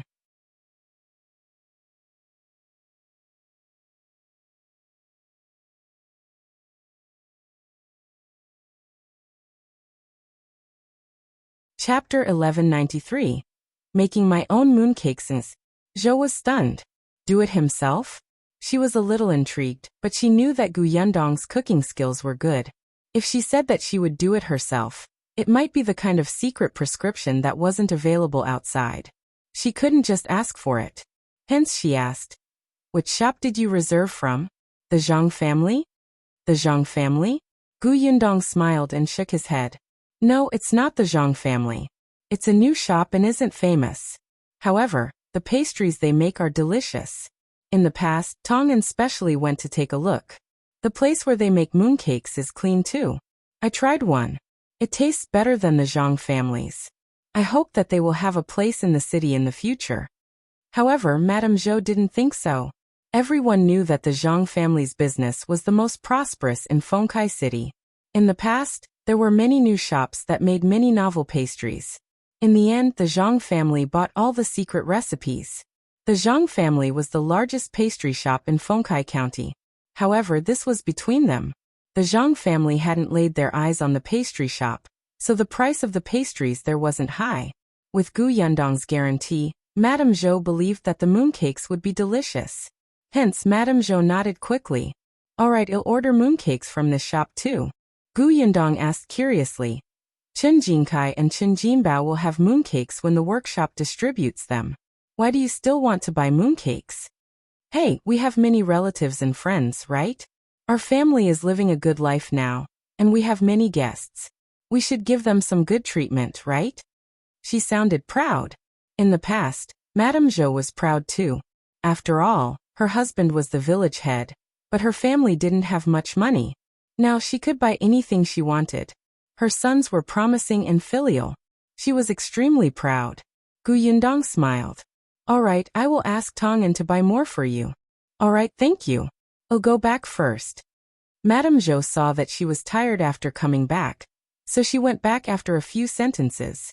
On the other hand, Kiki looked at her excitedly. Sister, are we making mooncakes ourselves? That's right. Do you want to learn? Yes. Gu Yundong hurriedly held her chin when she saw her nodding her little head too forcefully. She laughed and said, I knew that you're a foodie. I'll look for you after I have the ingredients. Okay. The young lady grabbed her hand with her soft little hand and walked into the house happily. The next day, Gu Yundong went to buy ingredients. Then, she brought Kiki and Shen Siti into the kitchen to get busy. Chang Yaya took a stool and sat at the door to help pick up the green beans. Gu Yundong planned to make ice cream mooncakes. She had prepared the molds.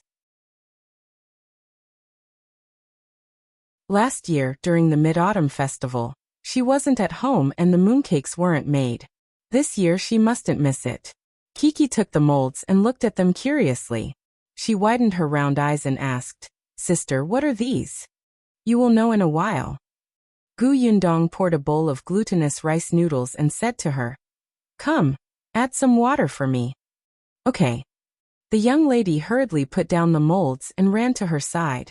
She grabbed the water ladle and carefully released the water bit by bit. Gu Yundong was extremely patient. She waited for her to take her time.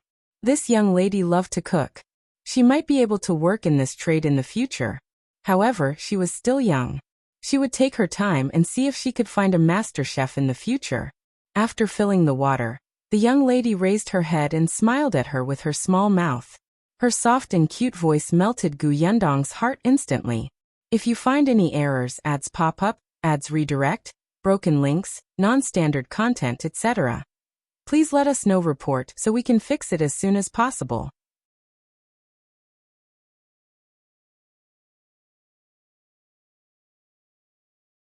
Chapter 1194. The one in her body is a little brother. Gu Yundong mixed the batter and left it there. Then she started making the filling. The young lady secretly took some and stuffed one in her mouth. Then, she ran to Chang Yaya's side and stuffed one into her mouth. "Little aunt, my younger brother wants to eat." Chang Yaya smiled. The young lady always said that the child in her stomach was a little brother. There was an old saying that children had spiritual power, so they could tell if the child was a boy or a girl. That was why Chang Yaya was happy when the young lady called it little brother. It wasn't that she didn't like girls, but if the firstborn was a boy, it would be much easier for her whether she had boys or girls in the future. At least no one would gossip. Gu Yundong felt that it was hard to say. However, everyone was thinking the same thing now. She couldn't change this deep-rooted thought. Also, Chang Yaya was always elated when she heard Kiki talking about her younger brother. If Gu Yundong stopped her, she might think that there was something wrong with the baby's gender. After all, Chang Yaya's body was weak and her pregnancy wasn't stable. The only thing she could do now was to enlighten her and remind her uncle so that he could express that he liked both boys and girls. Actually, Gu Xiaoxi preferred girls. One could tell it from his attitude towards Kiki. He loved to hug her the moment he came back. Sometimes he even angered the young lady. Gu Yundong glanced at Chang Yaya and noticed that her eyes were indeed smiling. Her mood seemed to have gotten better, so she kept quiet. She turned and continued making mooncakes. In the afternoon, the finished mooncakes filled up the entire central room. The amount she made was a little big. After all, there were many people in the family, so she had to give some to others. Fortunately, she didn't do all the work by herself. Later, Shao Qingyuan came over and she passed all the laborious work to him. Gu Yundong didn't feel anything wrong about it. Shao Qingyuan glanced at her from the corner of his eyes and started working without any complaints. After they were done, she asked someone to send some mooncakes to the Zhang family, Chunliang's family, and the sixth grandfather's family. As for the Lu family in the county city, as well as the Nye family and the Dai family in the prefecture city, Gu Yundong asked Chen Jinbao to deliver the goods the next day. When Chen Jinbao came back, he didn't just bring return gifts from those families. He also brought the mooncakes she ordered in the city. The people in the workshop got excited when they saw the 2 carts filled with items. Especially the workers who were just recruited last month. Their eyes lit up. They had long heard that the Gu family workshop would send gifts every holiday, especially during the New Year.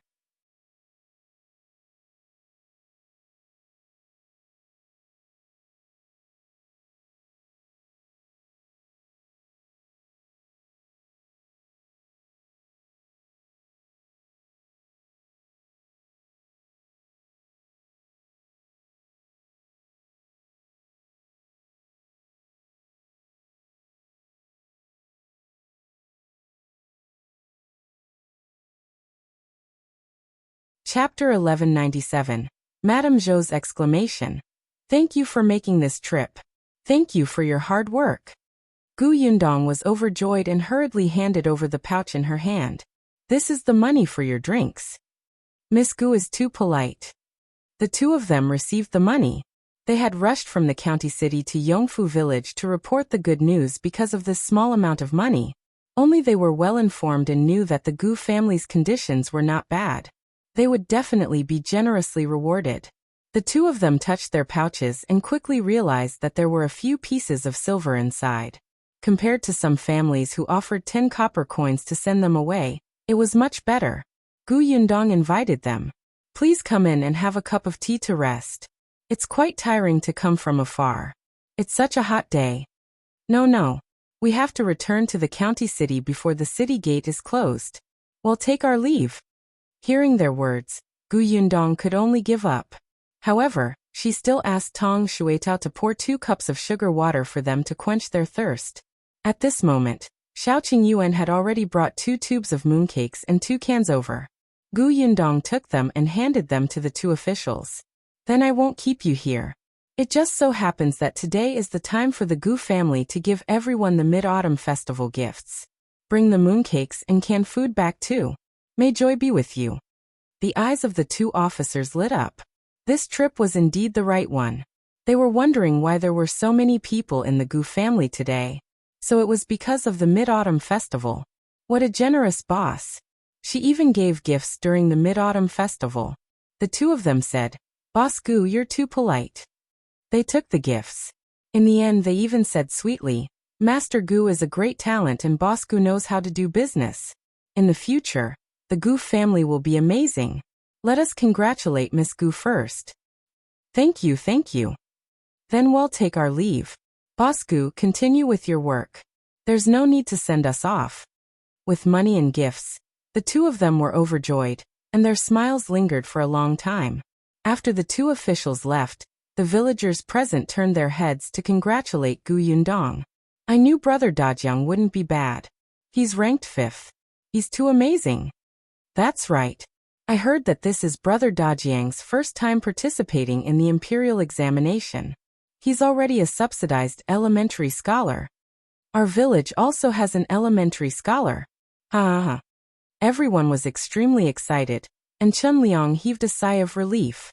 Someone suggested, "Boss Gu, shouldn't we celebrate such a joyous occasion?" That's right, that's right. Previously, we didn't hold a banquet when he got the county's chief. This time, he has become an elementary scholar. We can't let it go just like that." Even Chen Liang nodded. "It should indeed be celebrated. Let everyone know that our Yongfu village has a subsidized elementary scholar." Gu Yundong had no objections to setting up a banquet. However, they had to discuss when and how to do it. Hence, Gu Yundong faced the heated discussion and said, "I'll discuss with my father when he comes back tomorrow. I'll inform everyone then." "All right." Everyone continued to line up. "Let's distribute the mid-autumn moon food first." Hence, the overly excited fruit farmers all stood back in line. Gu Yundong also turned around and returned to the front yard. She held the good news report in her hand. Gu Xiaoxi wiped his hands on his clothes and said very cautiously and piously, "Yundong, let me take a look." Gu Yundong handed her the good news. Gu Xiaoxi had just taken it when Madame Zhou's exclamation came from outside. "Yundong, something bad has happened. If you find any errors, ads pop up, ads redirect, broken links, non-standard content, etc., please let us know report so we can fix it as soon as possible."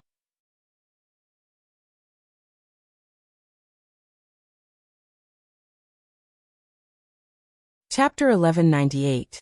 The Zhang family kicked an iron panel. Gu Yundong was stunned, and Chen Liang frowned. He turned his head and scolded. "Why are you making a fuss? What's not good? Brother Dajiang's good news has just arrived, and you're here to cause trouble?" "Hey, I'm talking to Yundong." Madame Zhou bypassed Chen Liang and immediately grabbed Gu Yundong's hand. "Yundong, I just returned from the county city. Do you know what happened in the county city?" When Gu Yundong heard her mention the county city, she thought about the time and roughly knew what had happened. However, she still asked in confusion, "What happened in the county?" "It's the Zhang family. Do you know the county city's Zhang family?"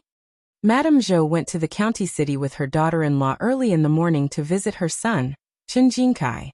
After all, he had been busy for a few days and had not returned. The mother-in-law and daughter-in-law were going to make him a delicious meal to nourish him. However, just as they finished lunch, something big happened in the county. Gu Yundong was relatively calm, but the others present could not remain calm. They hurriedly asked, "The Zhang family? Is it the Zhang family who sells pastries? What happened to the family?" "That's right. Sister-in-law Zhou, tell me quickly. What exactly makes you so anxious?" Madame Zhou slowly exhaled, her eyes bright as she finally said, "If I tell you, don't be too surprised. The Zhang family I was talking about is indeed the Zhang family that sells pastries. Speaking of which, their family is considered a big family in our county. Those pastries are famous in the county, but do you know where they got those novel pastries? Didn't they say that the Zhang family is generous and bought all the new and delicious pastry recipes from other families?" Madame Zhou slapped her thigh. "What? How were they bought?" "They were simply snatched." As she spoke, she began to get excited. "You don't know, but recently, a new pastry shop has opened in the county. The pastries made by that pastry shop are delicious, cheap, and especially novel. By the way, The mooncakes that Boss Gu is distributing now were bought from this pastry shop. Everyone was stunned and looked down at the mooncakes in their hands.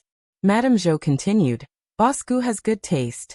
Back then, she saw that the mooncakes in this shop were better than the Zhang family's, so she made a reservation.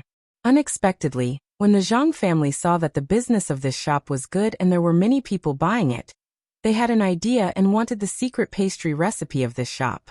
When others buy secret recipes, they have to at least offer a suitable price and both sides have to be willing. However, the Zhang family doesn't think so.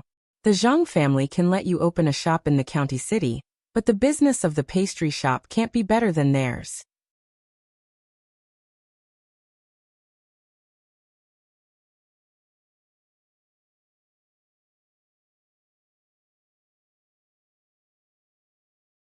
Chapter 1199.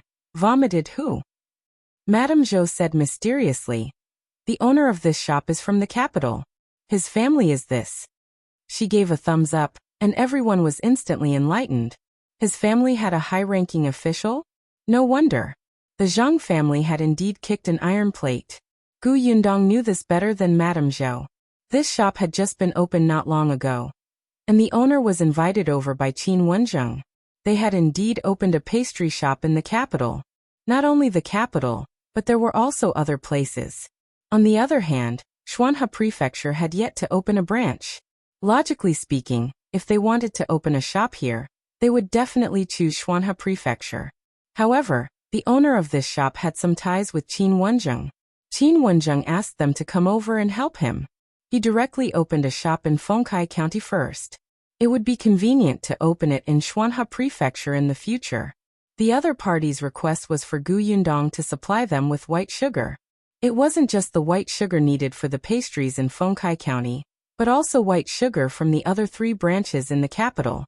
Although they could also buy it in the capital, there were many high-ranking officials in the capital. The supply of white sugar could not meet the demand.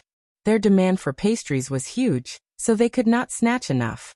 Gu Yundong agreed without thinking. She had just built a new workshop and the production of white sugar had greatly increased. It was not a problem to supply them. Moreover, the price offered by the other party was not low. It could be said that this was a situation where all 3 sides won. Hence, the pastry shop opened in a low-key and luxurious manner. At first, the Zhang family didn't take it seriously. However, when the Mid-Autumn Festival arrived, this pastry shop suddenly became popular. Therefore, the Zhang family began to panic. Do you think it's possible for the Zhang family to deal with the owner of this shop? Madame Zhou's voice pulled her back to her senses. Gu Yundong also listened. Madame Zhou said, as soon as the Zhang family threatened them, the owner of the shop knew and immediately took down the Zhang family. Not only that, but they also reported it to the officials. In 2 days, they found out a lot of dirty things about the Zhang family. It turns out that the Zhang family's secret recipes were snatched from others like this in the past. Some people were unwilling to give it away, so the Zhang family directly hurt them. As she spoke, Madame Zhou's voice suddenly lowered. I heard from someone on the street that 2 families were poor and set up a stall on the road to sell the pastries they made. In the end, the Zhang family took a fancy to them. Not only did the Zhang family destroy their stall, but they also snatched their secret recipes. In the end, they killed them to silence them. Wow, everyone exclaimed, really?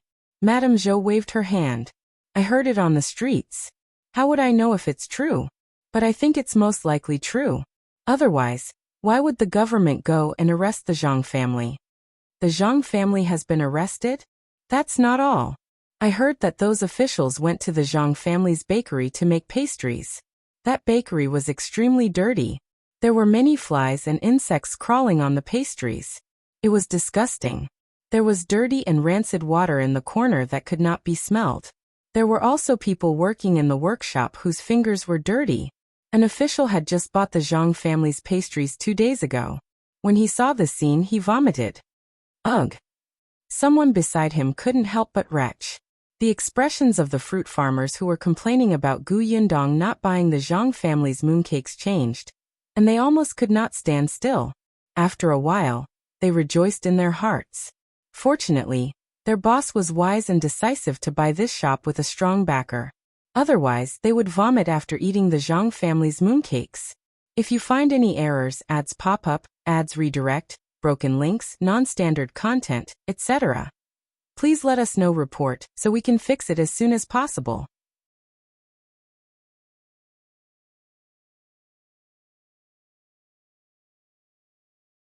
Chapter 1200.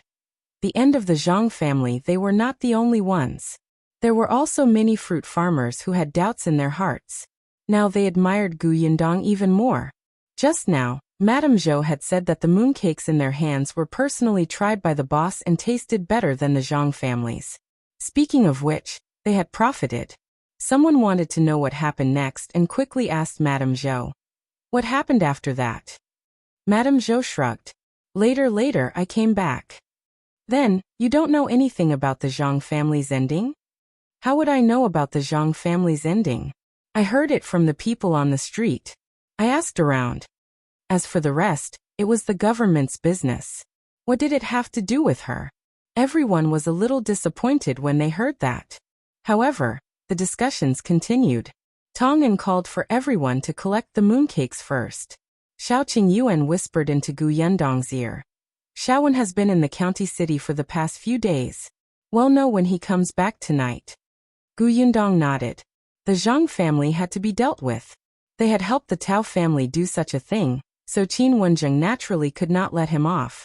However, she could not use the excuse that she had colluded with the Tao family as an excuse, so she started with the pastries. In the past 2 months, Qin Wenjing had long figured out the Zhang family's background. He knew about the dirty things they had done, so he would definitely hit them in one blow and not leave a way out for the Zhang family. Once the Zhang family was finished, the Tao family would take action. After the mooncakes were distributed, the workers in the workshop went back. However, Yongfu village was extremely lively that day. Firstly, the Gu family had given out the Mid-Autumn Festival gifts. Secondly, Gu Dajiang had become an elementary scholar. Thirdly, something big had happened to the Zhang family. Each of these 3 things was enough to make people talk about it. On the Gu family's side, they had a happy dinner. Then Gu Xiaoxi pasted the good news report with Gu Dajiang's status as an elementary scholar written on it in the middle of the central room. Gu Yundong was speechless. Only then did she know that nowadays, everyone acted like they were given prizes as students. They would post the good news in the most conspicuous place in the hall. Firstly, it could bring honor to their ancestors, and secondly, it could be seen by visiting guests. It could be seen how much everyone valued the imperial examination. Gu Xiaoxi asked everyone if it was in the right position. The people below were all looking into it. It was Gu Yundong who said, "Uncle, this is the good news of the elementary scholar. If you want to paste it in the middle, where do you plan to paste the good news reports of the high scholar and honorable scholar in the future?"